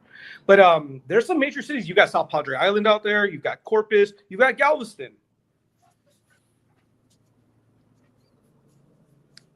It basically looks. I'm sorry. Okay, he stopped all of a sudden. I'm like, oh wait. Was there more? Yeah. Are there tourist beaches down there? Oh yeah, we have nude beaches and we have tourist beaches. South Padre Island. I'm surprised y'all never heard of South Padre Island. All I know is oil spills down there, right? Don't you have a bunch of oil rigs off that land? The BP was out there between Texas and Louisiana out there in that area. But South Padre Island used to be known as like a party spot for spring breakers. See, that's the fun part about the Gulf. People forget that, like, but it's ugly. It's not so ugly much though, Louisiana, but like Mississippi, Georgia, all these places are like they border the Gulf. They do have, like, even when I think of South Dakota or South Carolina, I don't think of Myrtle Beach and all that. No. There. I mean, we have a lot of coastal waters down that direction that I'd love to check out. The Gulf of America, the Gulf of Mexico. The Gulf of Mexico, whatever you want to call it, you know what I'm saying, is very dirty though. It's a very dirty body of water. If you ever look at it, it's brown. Like you can't see your feet. It's ugly, dude. It's there's something kind of eerie about it, and it has happened to me once. I can recall where I was swimming out there and something just brushes by your leg, and you can't see what the hell it is. And there's a little bit of a terrifying feeling, like what the fuck, Yeah, eerie. Like when you can't see the water and you can't see the bottom of it, it's a little trippy, because you don't know what's really under there. God forbid. My wife absolutely hates if you cannot see bottom. You got to be able to. It's got to be clear. But so the one time I got to go to the Gulf was in Naples, Florida. Okay. And this was in December. On the west end.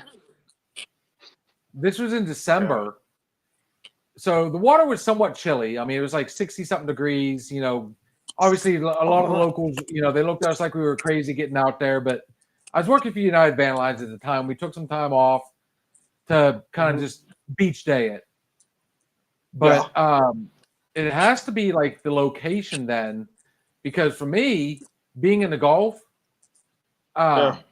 it was like crystal clear. It was beautiful. But bear in mind, that was also year of the sharks, when all those shark attacks happened in Florida. Okay. So, Bobby, you're from Pennsylvania, right? Yep. Yep. Which part of Same PA time are as you Bill from? too. Wait, do you Same guys, when time. they say Pennsylvania, when people say Pennsylvania, do they call it like, hey, are you from PA? Is that real common Yeah. to say that? PA? dude, he literally lives right up the road Okay, from us. because people don't say that down here. Where, They don't say, hey, you're from TX. Like, we don't say that shit. You know what I'm saying? But About 6 blocks from the studio. so they call y'all Okay. PA? They say, hey, Yeah. you're from PA, right? Okay. Yeah. But Pennsylvania is such a long word to say. It's almost impossible to spell. I don't even know. Wait, can I spell it? PENSIS. Don't hurt yourself. L-P-I-N. Come on now. I know stuff. Hey, Well, you know what? All I have to do is know how to spell Texas, and that's good enough for me. yeah. Hey, real quick. We've been complaining about. I've been complaining about Texas in the drive, Tennessee in the drive. We talked about a drive down to the OBX. One thing I want to point out before we move on. Yeah. How vast is America? How great is this country? That one state Love it. can take 12 hours to drive through. Like, we are sitting pretty in the whole grand scheme of history. We're Mhm. living in a pretty cool place, man. We're living in a great nation. I paid $2.36 for a gas today. Wow, we're like 360 up here. We're at 365 right that. now. Actually, Fuck you can get it that. for $2.99 right out in Barkerville. Oh I yeah, paid for some weird $2.36 for a part, gallon like of gas. one today. town over $2.36. from us is literally like almost $1 cheaper than what we can get where we live. It's a weird thing. Different county. So on that note, You guys pay we're almost gonna take $4. Yeah, You guys pay yeah. almost $4 for a gallon. 90 cents. It's 90 even cents worse of the that further is north the you state go. tax. It could be even worse. State What is y'all taxes. state tax? What is y'all state tax, by the way? It's like 90 We are, cents on I a think, gallon. I think what percentage Pennsylvania is y'all is state the tax? third largest tax. You know, we have the third highest taxes. We pay Yeah. 7.75 Something here. along those lines. 7.75% is what we pay. 6%. We're only 6% on sales, but not on gas. Like, they tax each item differently. It's not a flat tax here. Oh, really? That's And there's weird no to me. tax See, I'm on not used- clothing. There's no tax on clothing here. It's insane state where we live. That's so weird. There's no sales tax except on food. Yep.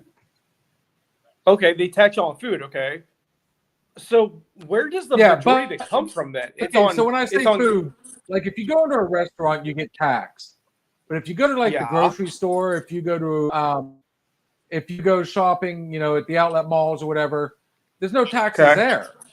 But yet, when you go to a shit. restaurant, we also have this fun one called the entertainment tax. So when you order, you know, when you get tickets to a concert or a sporting event or something, Yeah. it gets taxed there. Okay. So Yeah, there's Pennsylvania. a lot of sin Out of taxes is what they call them. They can out So here. taxes on Damn. tobacco, taxes on gas, taxes on alcohol. Okay. oh yeah, we know But the not alcohol on- tax. I know Clothing. the tobacco tax. Well, I don't. So It's on that been a note, minute. guys, Show's over. go ahead, finish your statement, brother. No, I'm done. Go ahead. Show's over. Oh, okay. So we're going to take our next break, and I am going to invite Edward to talk to your friend Chaz. Now that Yeah. we've got Bobby on here as well, Mm-hmm. what are the odds we can get a little? We can get your friend Chaz to give us a Chaz report tonight. As much. Yeah, I'll tell him to put a shirt on. Yeah, we can do that. We can do a little chat. Why not? Why not? I like it, dude. I like it. Okay. Cool. Hey, we just got to make sure we keep everything safe, brother. You know what you were there that night it happened. So We're going to do one more song, guys. We're going to take our final break, and then we're going to do the Chaz report, and then we're looking at our final shots for the night. So I cannot wait. Bobby, thank you. Stick around a little bit, brother. We're just taking a quick break. I just got to pee. So whatever song you'd like. Dealer's choice.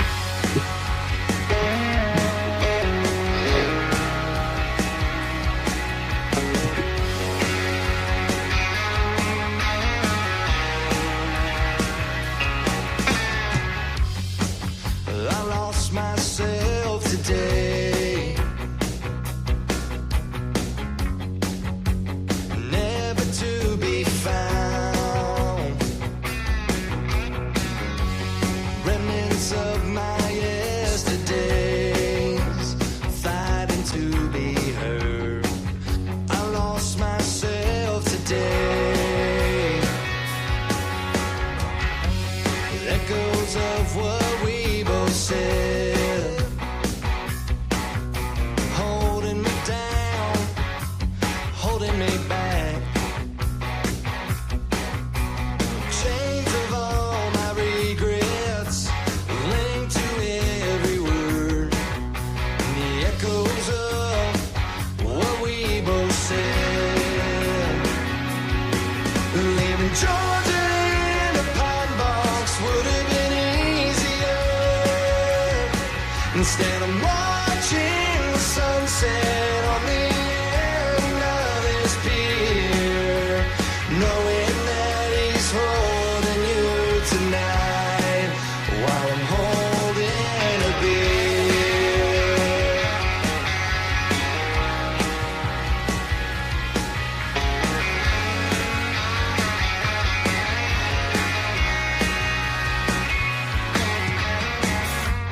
Memories of what used to be,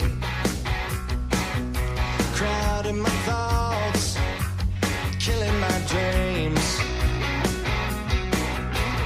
Letters from a past life stop me on a dime, with memories of what used to be.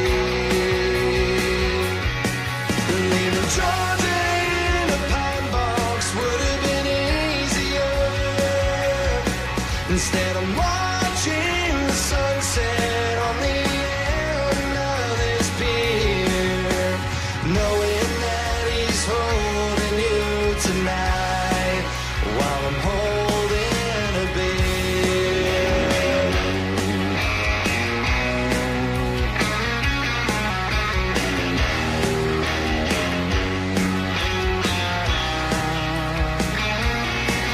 Leaving Georgia in a pine box would have been easier. Instead I'm watching the sunset on the end of this pier, knowing that he's holding you tonight while I'm holding a beer.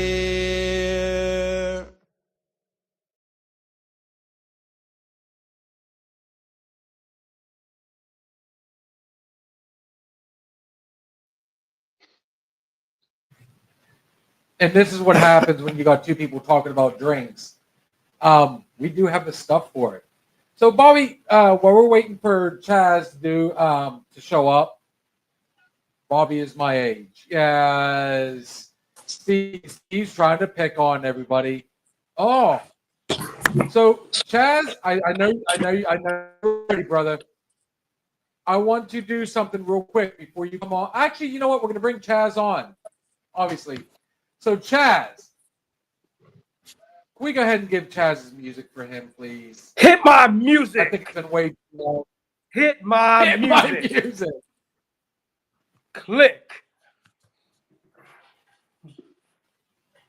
If the internet works.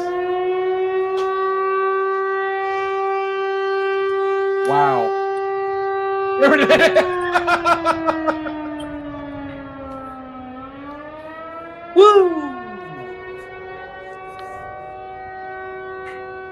Woo!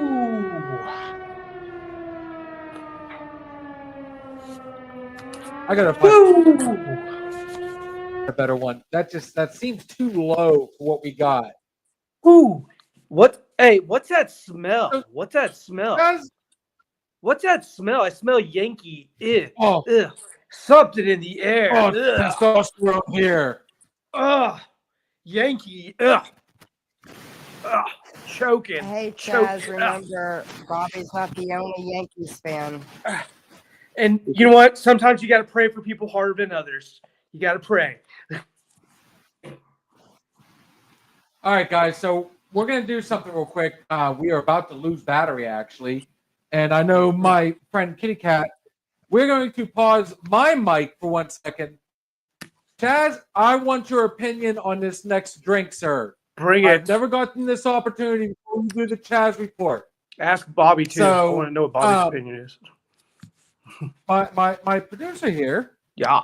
has come up with an idea, so I'm going to go ahead and pause this while she changes this out.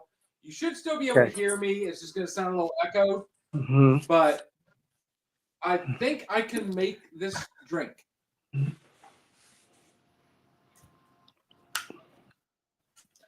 Can you guys still hear me? Yeah. Yeah. If you take All a half a shot, if you take half a shot of mouthwash and half a shot of Everclear and drink it, it's like a poor man's Rumplemint. That sounds horrible. That is horrible. That's pretty bad. Since I'm That's pretty bad. That's pretty bad. a What the hell is- two-drink person, He's getting the ice for his drink. Ah, okay. The meth, the good ice or the cold ice? What kind of ice is going on here? all the cold ice. Oh, yeah. All right. Lame-o. Lame. Put a Now little that I get this opportunity, little pipe. Chaz, you're here to make this drink, and I want your What are you opinion making, while I Tom do it. Do some flair bartending. Let's see you I don't toss a know what bottle or The warm apple.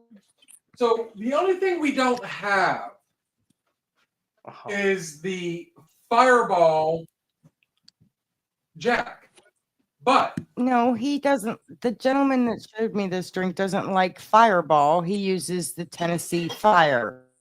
well, it's the same difference. So you don't need the Jack. You just need Fireball. So what are y'all making? We're gonna add a little. Are you making like a hot apple pie or something like And that? we do or have what? somewhere out there. In the corner. It's I got a Something great makes question Tennessee for you, Fire. Bobby. I got a damn good one. I thought The about this Tennessee earlier. Fire. No, he just doesn't like. If you use Fireball, you don't have to use the Jack. Wait, what is the Don't biggest go difference outside. between? So you Is there just- a huge difference It's between? hard. Can y'all taste the difference between Fireball and Goldschlager? Do y'all feel as though y'all could taste the difference in the two? I've never had Goldschlager. Never? No. Huh? It's Oh, not bad. It's pretty good. It's Chip. actually really good. Yeah, smooth. It's good. It's a smoother Fireball. Let's go that way with it. yeah. It's a little bit more expensive too, but it's good. So this drink, guys, I don't have all the ingredients for it, so we're going to kind of version. Yes, you do. I thought I had apple pucker. I don't. Okay. So we're going to change it up just a little bit. To melon. So we're going to add just a small amount of melon Midori, but we're going to mix it with the apple proper. Oh, well, I wouldn't even do the melon. I would just do the apple proper, the Fireball, and the pineapple juice. Bill, I'm losing my Look at this. buzz. I love very exciting stuff. And Chaz, Lose my Bobby, buzz. I'm going to ask you guys, as you watch me make this, I'm Can't hear. Can you hear what he said? going to get the pineapple juice as yours. What? What'd you say? Equal parts. All right. Can you guys hear me? Yes. Yes, we can. Okay, thank you. All right, so we do not have the Yeah. specific ingredients, but this is our version of this. Okay. This is I guess another version of what do you call it, Miss A Kitty? warm apple pie. Warm apple pie. So what we're doing instead of having apple pie, Tennessee Fire, pineapple, we're going to switch it up just a little bit. Okay. We're going to start off with apple. Okay.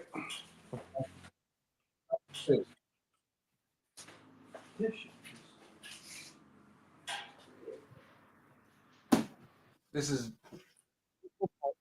1001, 1002. There's the cinnamon.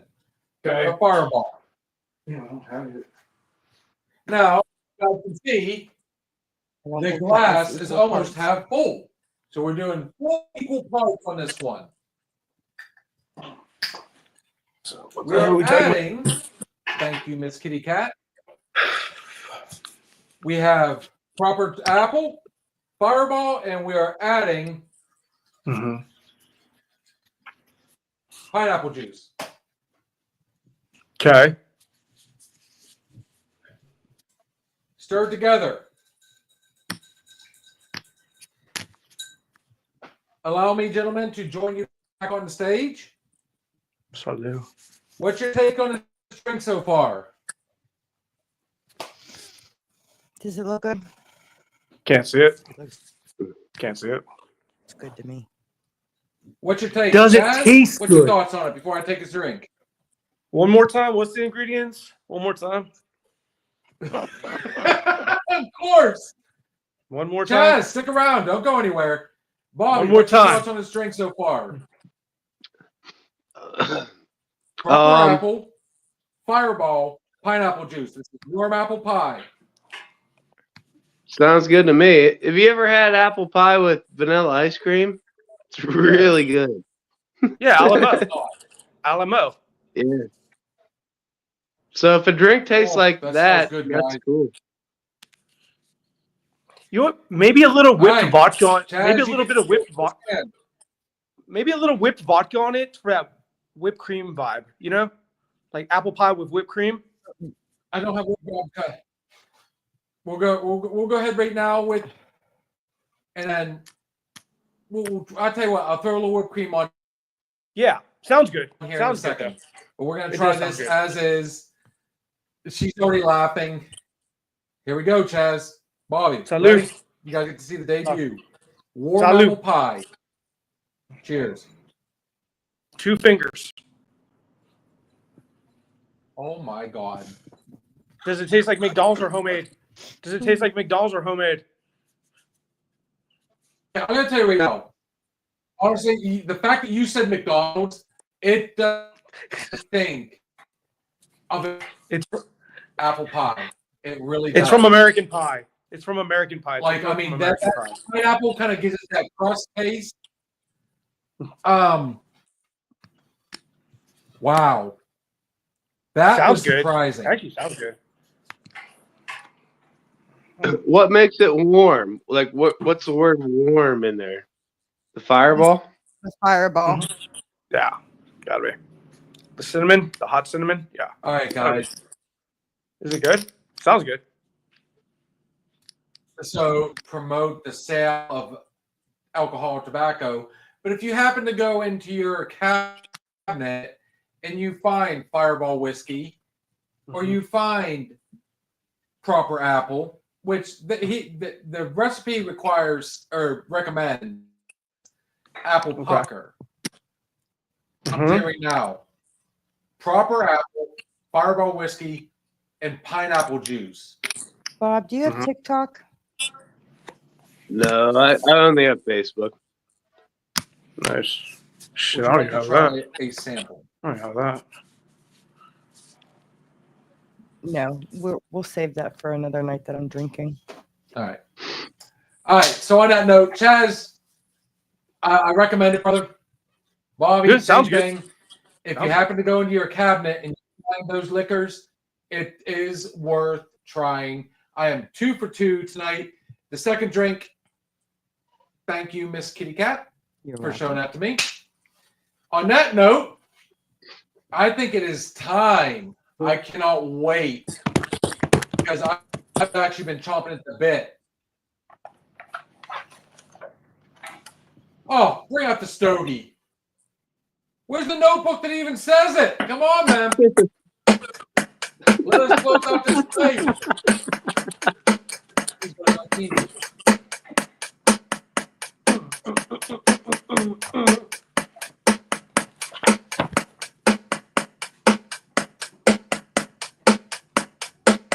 What the hell? Come on.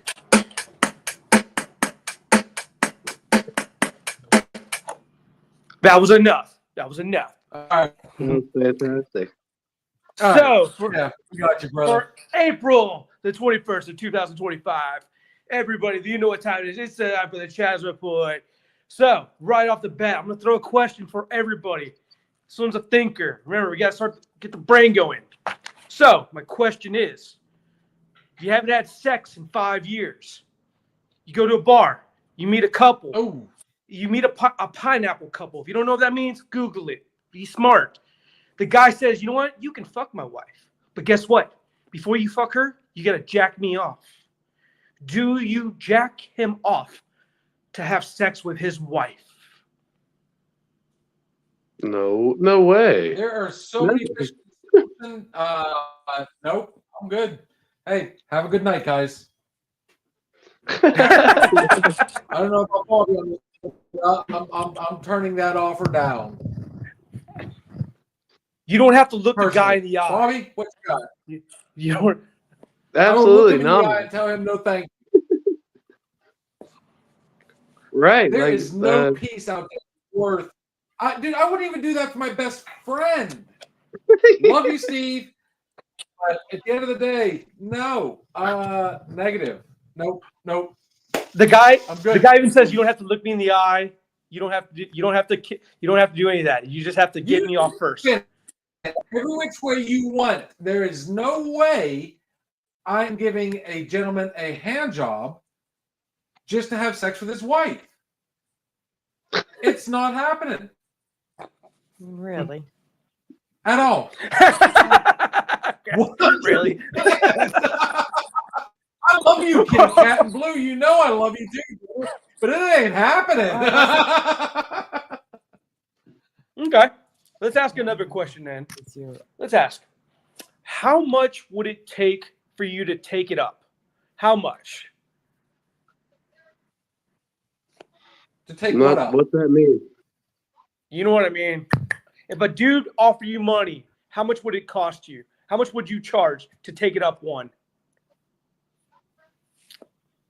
For a guy to do you. For a guy to do How me? How much? How much would you How charge? much money?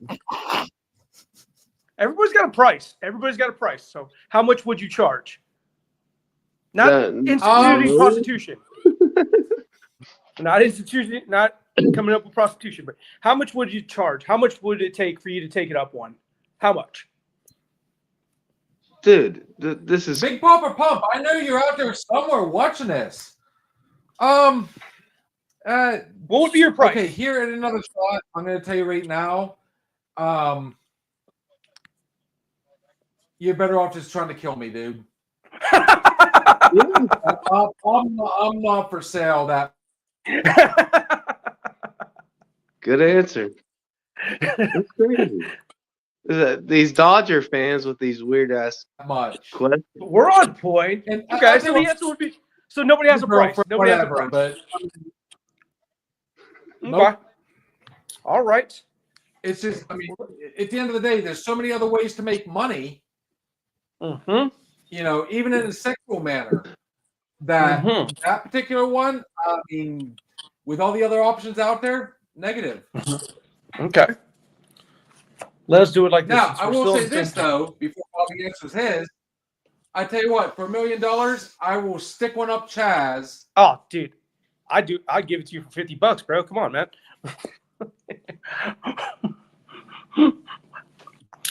So- Break out the Benjamins. All right, let's ask you. Bobby, Let's ask. really, Chaz, I mean, come on, man. Bobby, go ahead and give your answer. All right. Fire back. Nothing. Nothing. It's that Dodgers cap is seeping into his brain and corrupting him, man. He's dodging the questions. Those Yeah. questions have been like homosexual and gay, dude. Oh, So what's going on in your life, man? Whoa. You all right? so let's ask another one. I thought you were All right. married to Who- Candy Maldonado's who daughter. I know. Yeah, Candy. Yeah, he's my father-in-law. It's her birthday, by the way. Oh, hey, happy birthday, Candy. I love you. Happy birthday, babe. Happy Today's birthday. Today's her birthday, and the baby is how old? The baby's 7 months. 7 months now. Wow, time flew by. Time is flying by. All right. Is that your only kid? I have two. Yeah. I have one boy, one girl. Sweet. So let's ask. All right. Let's ask. When you guys were younger, besides your dad as your hero, who was your sports hero? Who was your sports hero? Ooh, I like it. Not gay. Not gay Oh, like you would Bobby. sleep with him. Hero, but like who was your sports hero as a kid? Not as an adult, but as a kid. But I mean, Who was your sports hero as a kid? I liked Isaiah Thomas from Detroit Pistons. the Pistons. Okay. Yeah, I really like that team. Those bad boy teams that they had. You like bad boys? You like bad boys, don't you, Bobby? I knew No, you I did. don't. See, dude, this is like, man. I'm just messing. Come on, dude. You know that was a joke. Well, don't you But the remember 80s.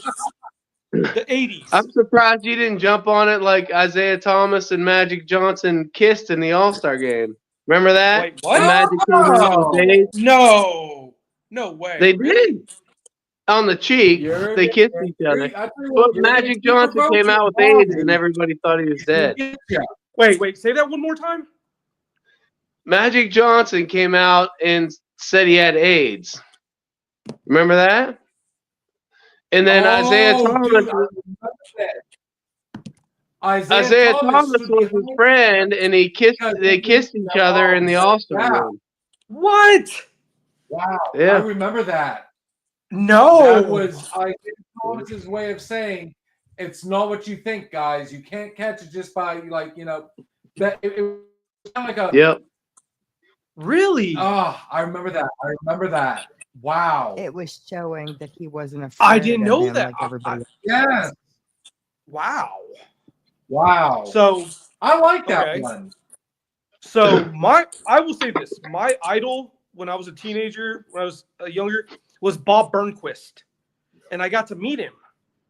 He was my idol for the longest time. I used to dress like him. I used to wear the Oakleys without the lenses in them.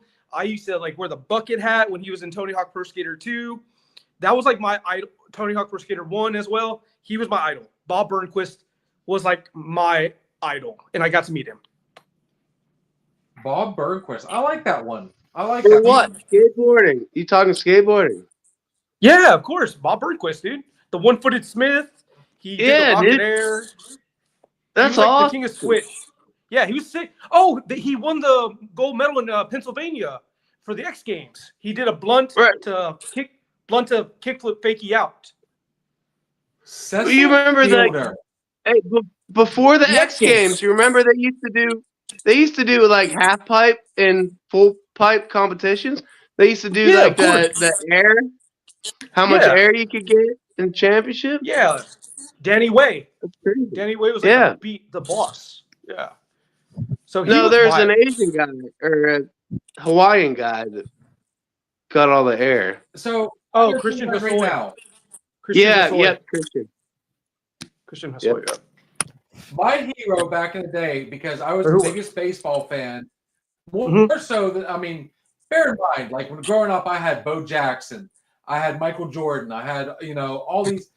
The name for me, my Mhm. hero, was Jose Canseco. Oh, that's a good one. That's a good one. Oakland Yeah. Athletic, Jose Canseco. He had the fastest bat. He didn't pick the lighter bats like a lot of the other batters. Of course, now we know he was all juiced up, but at the time growing up, My biggest, and you know what, the kind of callback Blues comment there. He said he really likes Cecil Fielder. It was Jose Canseco versus Cecil Fielder a lot of times, and I remember one time in particular, an All-Star game during the home run competition. Okay. Jose Canseco beat Cecil Fielder. So yeah, Okay. I mean, back in the day, yeah, we played football in the streets and everything, but most of the time, man, all of us got together. We did a pickup game of baseball. We were in the field. This is first base. The tire is second. This rock is home plate. That's my era. Jose Canseco, all day long, was my biggest hero. Jose For Canseco. Bobby back. Bill, when you guys played those games, did you before the game started, after you made teams, you called who you were? I'm Canseco. Yes. Or I'm Don Mattingly. Yes. Yes. Yes. That was awesome, dude. Yeah. Will Clark. Yeah. Will Clark from Giants. Ozzie Smith. Each position had that one particular player. Yeah. Ozzie's Bobby. backflip. The Kitty Cat's got one to throw you back a little bit. Andy Van Slyke. Oh! Oh. One of the original okay. DVDs. Yeah. The trade for Andy Van Slyke. We had Bobby Bonilla, Barry Bonds, and Andy Van Slyke. Yeah. Tell me that They traded. Irish, Bobby. Yeah. They Bobby traded Bonilla used Tony to play. Pena. They traded Tony Pena for Andy Van Slyke. It was the best trade of all time. And then Sid Bream ruined my life, ruined my childhood. He actually did. Oh, and because he what? Because he went to the Braves? Because he was gimpy and he hit a single to Barry Bonds in left field, and Bonds couldn't throw him out. Or Francisco Cordero or whatever hit the single, but Bream was on base.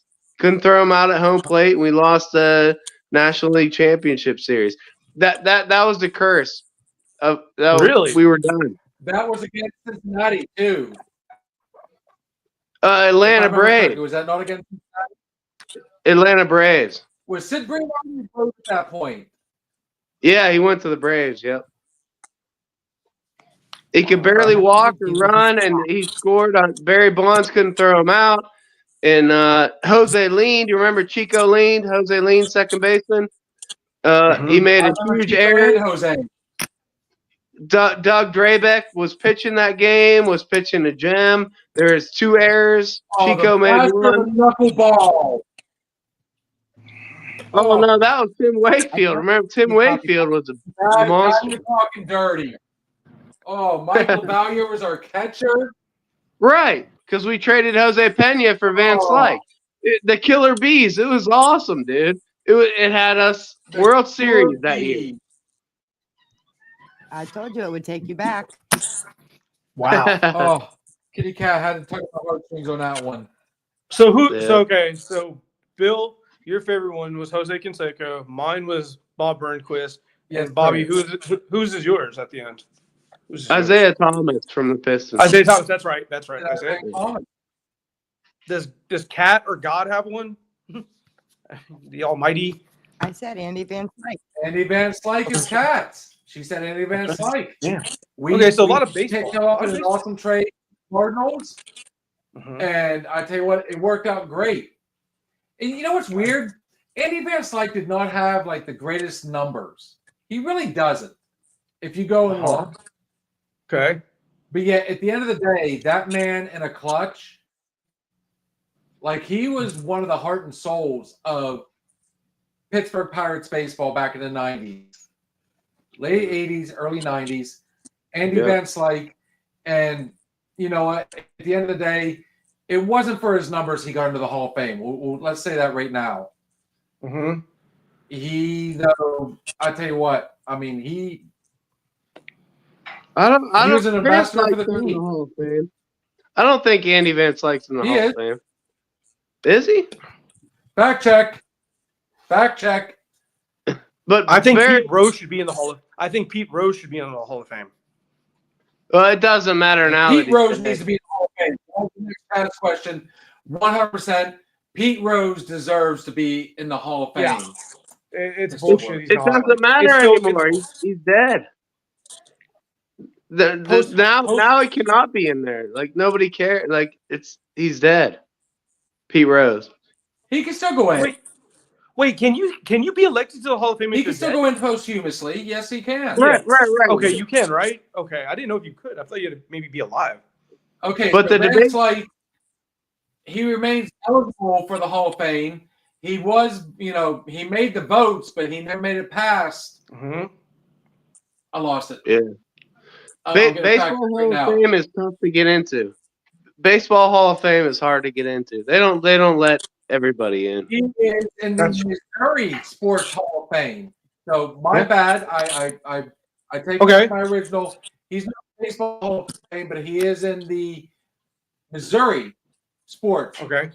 So should Roger Hall of Clemens Fame. be in the Hall of Fame? Should Roger Clemens be in the Hall In of Fame? all honesty, I mean, I think he should. Go ahead. I think he should because you know what? And allow me on this one, Bobby, real quick. Even with everybody knows Rafael Palmeiro, Barry Bonds, Jose Canseco, Mark Pryor, Sammy Sosa, all these guys back in the 90s. I mean, steroids ran rampant. You got to think, especially in baseball. You're still, even with that extra boost, chemical boost, you're hitting a ball that's only about this big. You still don't swing a bat that's only that big around. And it's coming at you at, 80 mile an hour, 90 mile an hour. I mean, do you have the advantage when you do connect? Yes. But at the same time, I mean, you've got so many variations of the pitch. It's coming at you in so many different directions. These guys, at the end of the day, still earned it. They still busted their ass. I don't condone performance-enhancing drugs, but especially in baseball, mainly in baseball. Yeah, Roger Clemens deserves to be. Barry Bonds deserves to be. Outside of performance enhancing, Pete Rose deserves to be. And I'll even go in. I don't think there needs to be inductions every year. How about that? Chaz, Edward, whichever way you go. Bobby, I'm asking you guys both a question now. Yeah. Bill, I think your argument. I think Bill's argument on how hard it is a reason to keep these guys out. Like, baseball's a terrible game. It is so hard. Like, basketball, football, they're more team sports. Baseball is a mental and physical game. So your argument on how hard it is, I agree with 100%. But that argument should make it so cheaters don't get in. Do you know what I mean? So if you succeed in the tough game to begin with, okay, without cheating, you should be in. Is my argument. So you're saying the Houston Astros should not be anybody from the Houston Astros 2017 should not be inducted in. No, well, you can't take a team. You can't. That was coordinated, dude. Banging on trash cans in center field. Like, that wasn't one individual. That was a team cheating. But they did. Still, the fact of the matter is, they did cheat. That is. Yeah. So you gotta strip their title away from them. You know what I mean? Like, but Chaz, Edward, Yeah, it's pretty ingenious, right? there were guys thinking about this, like, how can we get these Yeah. pitch counts? And they're like, let's take a trash can and bang. You know what I mean? It really is. Right. It really was. You know, as much as I hate, because if it was any other team, I wouldn't give a shit. But they beat the Dodgers, you know, and that was kind of the issue. But I think, honestly, looking back now, you know, like you said, it was fucking genius. It was a smart play across the board, you know? And the fact it took people so long to figure it out, which showed that they did well. They did it right. They did it for, like, nobody could figure it out for the longest time, you know? And nobody figured it out. All it took, a dude left, a disgruntled employee left. Sorry about that, guys. Yeah. You're fine. You know, if you're going to accuse somebody of cheating, that's a serious comment. That's a serious comment. Like I said, when you use PD, yeah. When you use, you know, yeah, it does give you the advantage when you do connect. But at the same time, pitchers have cheated over the years. Oh, yeah. Famous spitball, sandpaper, nail files. They've doctored the ball. I mean, there's always that sort of. I mean, when you do something, I mean, at the end of the day, I mean, if you really want to say it that way and look at it that way, then no, none of them deserve that have like given them any advantage. No. Because, I mean, pitchers have cheated without using steroids. Hitters have used it with using steroids. I mean, it's just, at the end of the day, where's the line drawn then? So, at the end, I mean, do you feel like, I see it. So, at the end of the day, bottom line is, no PED. If you cheat, if you get caught cheating in any which way, you shouldn't be in. Period. Bobby, is that what you're saying? Yes. Because there's always a way to cheat, even without all that other stuff. Bill, you're making great points. Like, it is such a horribly hard game. You're taking a small little round ball and trying to hit it with a round stick. It is crazy how hard that is. But if somebody can be good at it within the constraints of the rules, you got to honor them, put them in. But when you start introducing money to these, so if you look like 1960 and back to the 1800s, even Babe Ruth and Lou Gehrig and those guys, right? They were competitors. They were athletes. They were trying. They were playing within the constraints of the game and the rules. I know shoeless Joe Jackson was an idiot and bet on it with the White Sox. But up until then, almost 1970, it was, we play this game the right way. I have a ball, you have a stick, better man wins. When you start introducing like ways to cheat, ways to make you throw the ball faster, ways to beef up your muscles so you hit the ball further, then that's when it becomes a problem. Then I would say, like, if you look at the 80s and the 90s, I guess a lot of those guys, I'm not saying a lot. Let me be very specific when I say this, but there were players. Darryl Strawberry is a great example. That love to do the nose candy.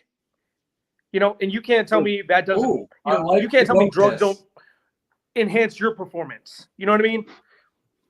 Dude, it started in the 70s. In the 70s. You know, there was that one pitcher that was on LSD, he said, and he pitched the Doc Ellis. Yeah. Right. Doc Ellis. I just said that, yes. It started in the 1970s. And even the Pirates were good in the 70s. We won 4 World Series. We are family and all that stuff. I used to work with Dave Stewart's mistress, and she would tell me that she would go into the locker room and there'd be a big bowl. Like, imagine you have a bowl full of Halloween candy for trick-or-treaters, like that kind of big plastic bowl, just full of amphetamines, all these colors of pills in the locker room, and the guys would go and take them. uppers, speed and all that stuff. Yeah, From that point on, it was over. that's crazy. That's crazy. So guys, I don't know. I'm gonna be honest. We have definitely hit that spot. Okay. Chaz, I'm gonna do just a little bit of rogue here, only because we did go a little late. So Chaz, this is a perfect guys. This conversation we got going on right here, even though I know we leave it open. Yeah. I want to leave this one for when I got my co-host in here, because we all know that Steve is a huge sports guy. So Chaz, if you can do me a big favor, brother. Yeah. Let's do 2 more open questions. Okay. Outside of sports. Okay. Outside of sports. Damn, and I had we're gonna do our last shot. Damn it, I had a good sport. I had one good last sports question. Damn it. All right. Fuck. I'll write it down. Or Edward, for that matter. Huh? Or I mean, either one. Okay, I mean, okay. This conversation let me do one last sports question and then one last. It's very appropriate to have. Yes. Okay. So let me ask you. Go for it, brother. No, Okay, hold on. Chaz. Yo. Bill did a really good thing, man. Don't. He wanted to wait for his friend to come on to talk about. My sports. bad. Yeah. My bad. So we'll do sports another day. Good job, Bill. Okay. All right. So let's ask it then. All right. What's a damn good one? God, I was gonna ask about the Pope. But that's right. We need to lay off the Pope. That's enough. That's enough problem. Ask about it. That's not. Let's talk about the Pope. Right. Why not? All right. I know. Let's do it like this. Let's do something fun for the kids and everybody. Okay. If you here it is. If a doctor said, "Hey, Bill, Jesus, Bob, whoever's watching, listening, hey, you got 24 hours to live. What's one thing on your last 24 hours alive you'd have to do?" Doctor says you got 24 hours. I like that. Can't walk away. You can't buy your way out of this one. You got 24 hours. At least throw us a bone. One thing that you would want to do. Well, I would. I'm not saying anything criminal. I'm not saying anything criminal. Okay. First thing I do is tell my kids where all the money is hidden. Figure that out. I mean, criminals involved. We're involving criminal activity. Okay. What would you do? 24 hours. You can. I tell the kids where all the money is hidden and what to do, and then I'd go find a lake. I'd fish for an hour, and then I'd probably just go out swimming until it's done.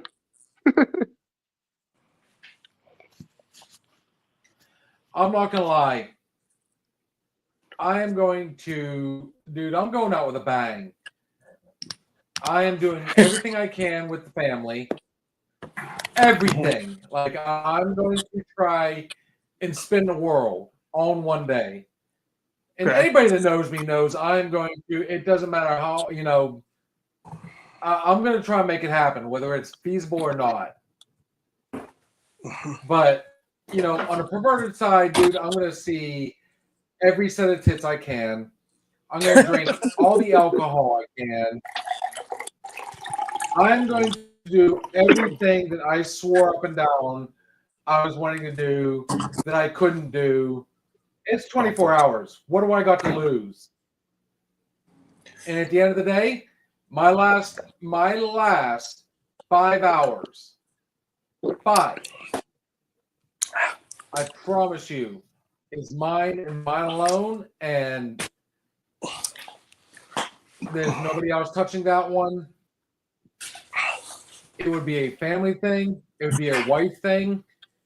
I'm telling you, when I close my eyes for the last time, I honestly, at the end of the day, no matter everything else I've done throughout the day, my last days are going to be my kids are right by my side. My wife is on the other side. I am surrounded by my immediate family, and I'm going to die a happy man. There's no fights that day, no arguments. You know what? I'm game for whatever, but I want that last 5 hours. Yeah. Right? We all got to die alone, right? Not technically. Not technically. What do you mean? I mean, we our came own into this journey. world. Yeah, We that- came into this world not- alone, I guess. I mean, it's such a philosophical question. It really is. To be honest, I was just going bare minimum. To be honest, like, I mean, this is a conversation we could talk for a long time. You know? Oh, guaranteed, easy. Yeah, it's a real thing. And we It's a real. we can all come up with some different stuff. Yeah, because we will all experience this. That's what's interesting about it. You know what I mean? All of us will. We will all have that moment. And I gotta disagree with that. how? Because How? I mean, we never know. I mean, how many times the doctor said you got a month to live, and those people go on for like 6 months, a year. Yeah, 100. Oh, Sometimes you know they what I beat meant the though. I odds. wasn't mean like a doctor's So, gonna at tell the you. end of the day, I mean, that's it's a good question, but I mean, it's so open ended. Yes. On a side note, guys, Bobby, or I'm sorry, not Bobby, but Blue just reminded me. Make sure you tune in this Thursday night, and poor Kitty Cat is going to be exhausted by the end of the night. Our Thursday sports show is this Thursday. Bobby, what happens Thursday night? Night one of what? NFL draft. Let's go. So We're going to taking be Jackson Dart to the Steelers.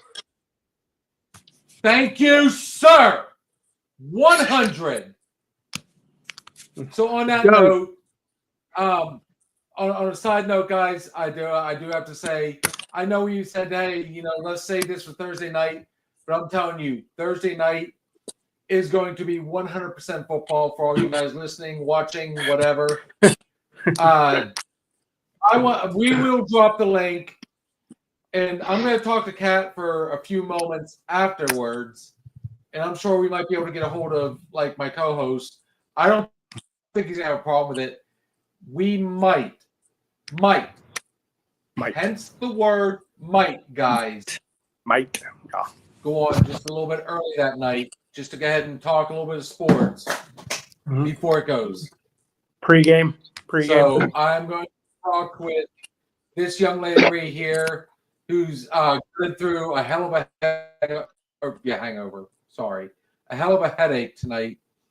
But we're going to take one final break, and Bobby, Chaz, Edward, whichever one we're listening to, guys, we are going to do our last shot. Wait, hold on, Bill. You know it'd be cool if you had like a TV with the draft on, and then you and Steve commented on the draft picks, dude. Thursday night's only the first round. That'd be pretty cool. Well, bear in mind, on that note, bear in mind, if you look at the bottom of your screen right now, we got that ticker going. That ticker is going to have the teams and the person they picked. Nice. Yeah, Kat's already. She knows. I think the realization of what this Thursday night coming up, it's a big one. It's a big one. But Jackson I will say this. Buy your Dart jersey. We are definitely going to drop the link early. We want all and anybody involved in sports. I want to go back and forth. We are going to make this one of our biggest nights. And we haven't even hit our year mark yet, guys. So we are going to make this a good one. We're going to make it one for the ages. This poor lady right here, I feel bad. We're going to – there's some conversations going to be happening. She needs a raise. We might need more than one person behind the scenes. It's going to be a big night, guys. But we're going to take our last break tonight. And then when we come back, Bobby, Edward, we're going to invite everybody to do a last shot. We've already pushed it way past what we should have, but hey, we had fun. It was awesome seeing you guys on here. One more break. End of the night. Guys, just get yourselves prepared. Dealer's choice, young lady.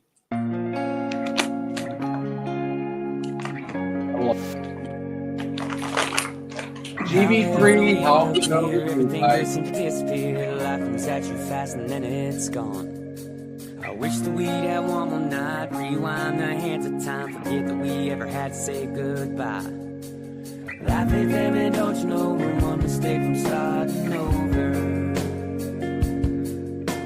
It don't matter where we go, the other side is creeping closer. So here goes another night, getting high, trying not to lose my mind, dreaming about them good old days. Taking trips, ripping lips, checking off a bucket list, some things ain't gonna change. We're burning up in back roads, cooler in the console, chasing down a neon road.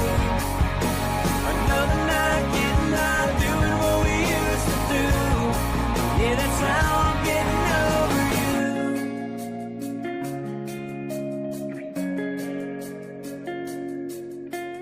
5 years feels like yesterday. In this case, a beer don't numb the pain, 'cause I'll take you with me everywhere I go. Driving around this empty truck, trying to get my mind unstuck. Moving on just makes me feel alone. Life ain't fair, I know you know, the other side's just creeping closer. Not sure how it works up there, but down here we still need some closure. So here goes another night, getting high, trying not to lose my mind, dreaming about them good old days. Taking trips, ripping lips, checking off a bucket list, some things ain't gonna change. We're burning up in back roads, cooler in the console, chasing down a neon road. Another night, getting high, doing what we used to do. Yeah, that's how I'm getting over you. Yeah, that's how I'm getting over you. Yeah, that's how I'm getting over you. Life ain't fair, I know you know, the other side's just creeping closer. Not sure how it works up there, but down here we still need some closure. So here goes another night, getting high, trying not to lose my mind, dreaming about them good old days. Taking trips, ripping lips, checking off a bucket list, some things ain't gonna change. We're burning up in back roads, cooler in the console, chasing down a neon road. Another night, getting high, doing what we used to do. Yeah, that's how I'm getting over you. Yeah, that's how I'm getting over you. Yeah, that's how I'm getting over you.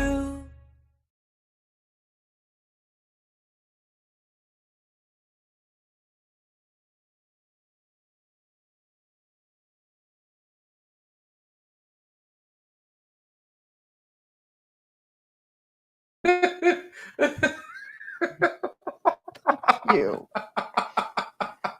I don't have So, my okay, glass. we're laughing right now because we were talking about Thursday night, trying to get everything set up, and she's done what I've done before, not even thinking about it. Like, we started scrolling up through the messages, not even thinking like that, no, we got this other. It was a whole fun thing. Guys, we've had a hell of a show tonight. We've gone way past the overtime. I'm not going to lie. Both me and Steve have been chopping at the bit for you two to meet. It's been fun. But I can see big things in the future. Like, another night when we're really rolling hard.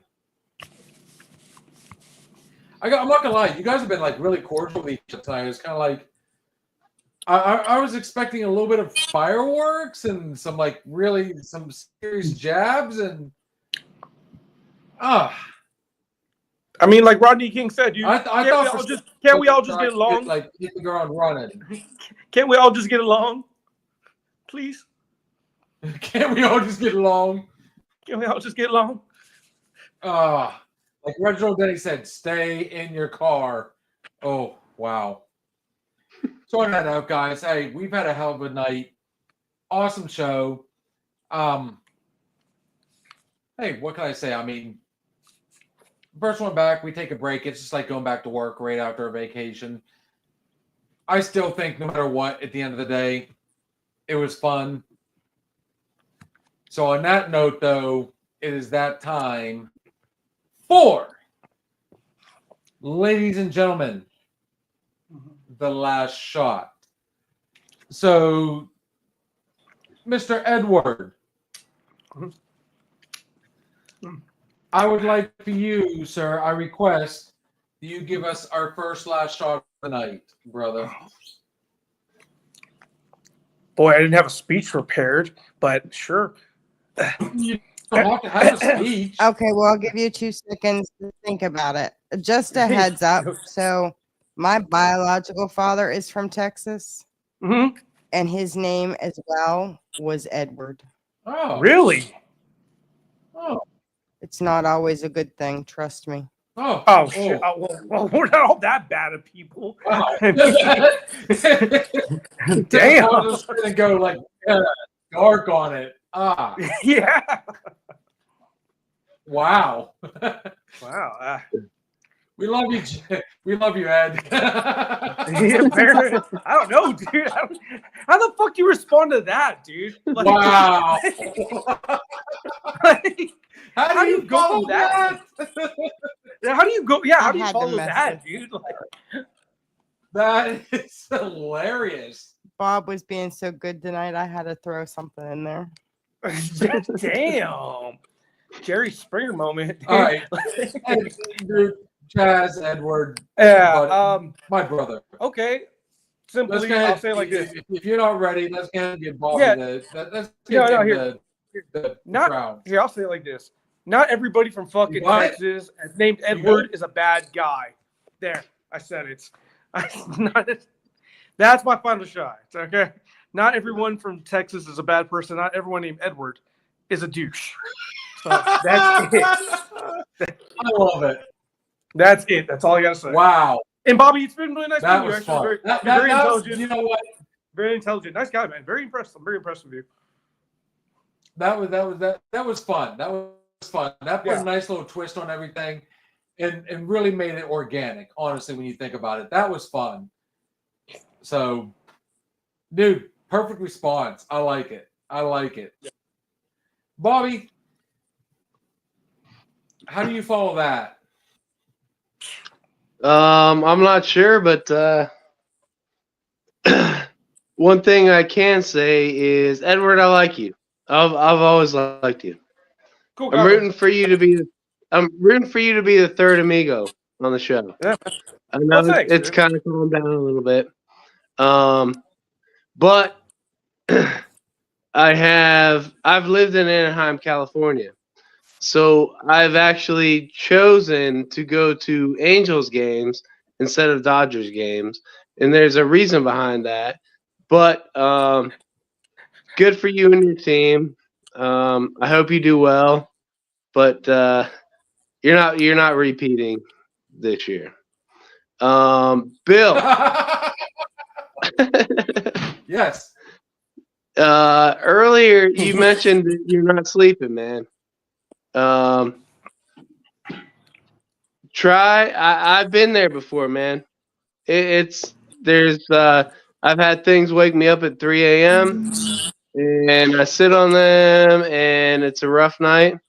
There's no magic pill. There's nothing I can say that can really help you, but I hope that you get some sleep. Sleep is important. So I'm hoping for that. Thanks for having me on tonight. I appreciate it. I probably can't come on all the time. My house is really loud. I got 4 kids. And to be honest with you, Maybe on tonight was awesome.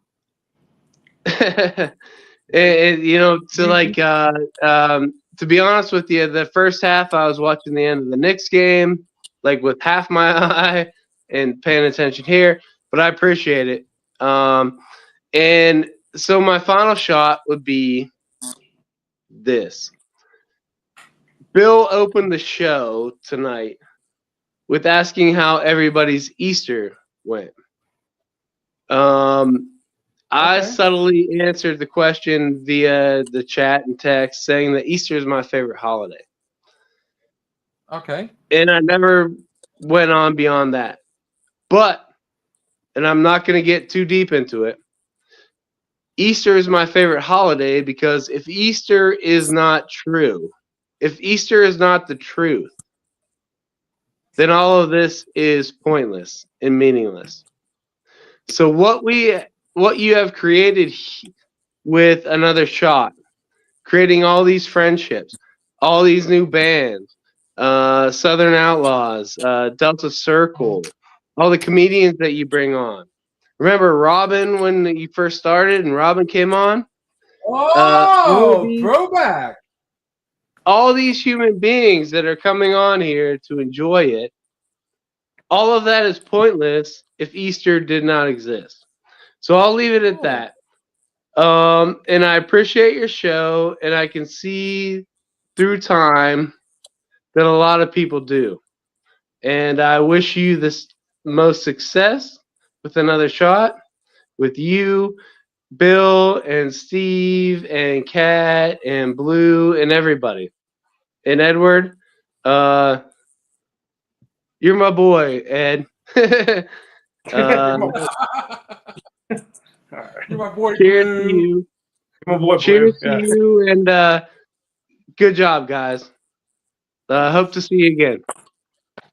Much appreciated, dude. You will see us again. That was a good one.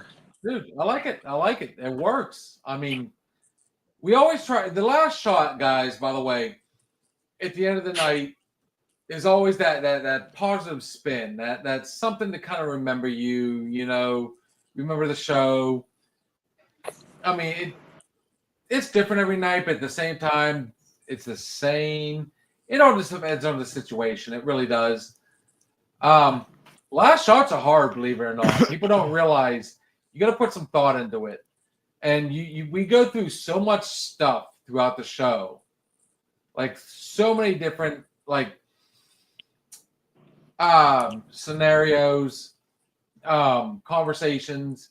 You never know which way it's going to go, and that's what's fun about these shows. We leave it open to you guys, and you feed us our content. You really do. At the end of the day, and you kind of inspire us to talk. This is exactly what we were hoping the show would be.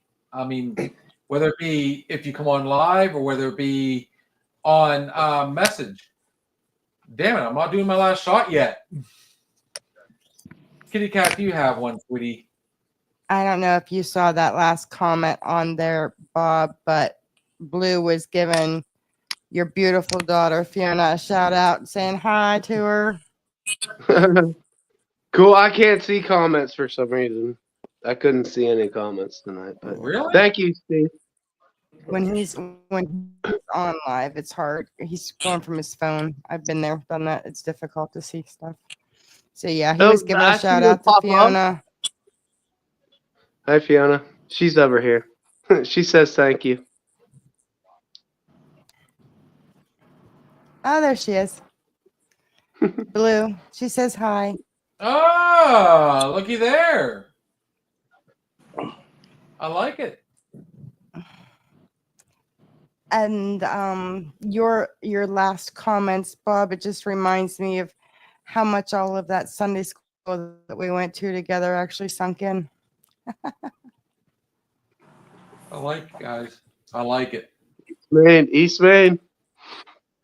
I miss those days it was just so much simpler. Yeah.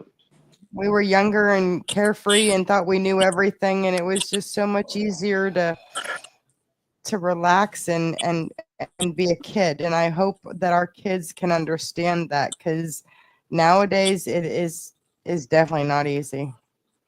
I like that one right there. We can still do it though, Kat. We can still do it as adults. That touches home for me because I mean, anybody that has watched our show knows I talk about back in the day how much things were better. They really were. I mean, we had less cares, and let's go ahead and we'll do this as my final shot. You know, we can go on for hours days, weeks, easily, especially us that have lived that life. Honestly, today, I can't even watch the news. I can't watch, hell, it's hard to watch sports. People push that agenda. You know what our agenda was back in the day? You know, how fast can we get out to that field to get that pickup game going?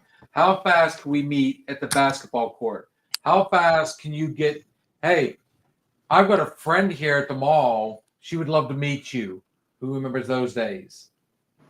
You know, here in Another Shot, we are constantly trying to promote. I mean, yeah, we get drunk. We get stupid. We talk about stupid stuff. We are not the most intelligent people. We have our own thoughts, our own opinions, our own, you know. But at the end of the day, I mean, you know, we constantly keep bringing it up, how good things used to be. And honestly, I feel like it could be that way today. And I'm going to use my own life in this one. My son is constantly trying to figure out a way to get people to get together. Let's go play some basketball. He tried to bring it back where let's go play some football. Let's play some baseball. In the wintertime, you know, it was fun to get together. Let's make some money shoveling snow. I mean, these are all things that we could still do today. You know, Yeah. there's no political agenda behind it. It was just what was fun, what made us happy. And I think today there's too much negativity. And honestly, I would love to see people bring it back. So when I say I love seeing like 80s fashion making a comeback, 80s music making a comeback, 90s, you know, just my grandmother's for Easter. Incubus Drive came on, and me and the missus like started like really getting into it. It's like, oh, this was so much fun, and both kids like really enjoy. I mean, that's what it's all about, guys. I mean, quit trying to be politicians. We're not politicians. Quit trying to be, you know, quit trying to make it what it's not today. You know, it is a hard time. We've progressed. I mean, I understand the whole, you know, things changed over the years, but at the end of the day, I mean, it wasn't broke then. So why try and fix it now? You know, I think all of us, and you know, I'm included in this mix. I think all of us are too opinionated, too, you know, what's the word? Entitled. Man, just go back and have fun. Find a way to do it at the end of the day. Just go back, you know, play that pickup basketball game. Sit down on the porch and have fun. You know, for us today, we're trying to acclimate to the times. You know, I got this podcast going. You know, I've got a good group behind us. Do we agree all the time? We don't. Are we gonna like butt heads? We don't. But that's friendship at the end of the day. So, I mean, sometimes you can just like, you know what? F it. It happened. Move on. Or you can sit there and dwell on it. I'm one of those ones that used to dwell on it. I try very hard not to dwell on it. I think tonight was an awesome night. And if, you know, just, I tell you what, my final shot, we had two people that love to pick on each other right here on the show. But at the end of the day, they're friends. They love to have fun. So, my final shot, guys. There's always something out there. Find some way. You know, pick on your friend about their team. Music, whatever. Guys, at the end of the day, it's, you know, let's just go back to having fun. Let's look at life as one big pickup game. Everybody get back together. Let's do it.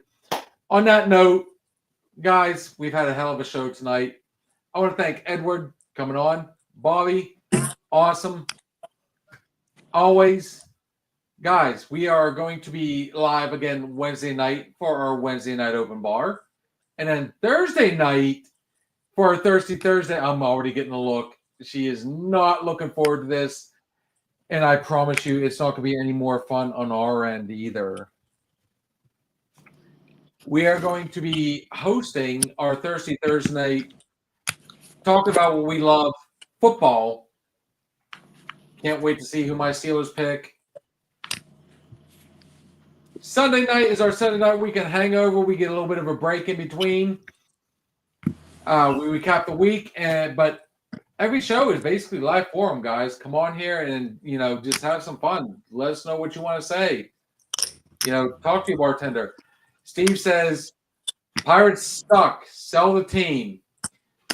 Sell the team, yes, not move the team, because a lot of people say that is a big thing right now. Sell the team. That doesn't mean move the team. Bob Nutting, you're a joke. I'm calling it out right now. You're a joke.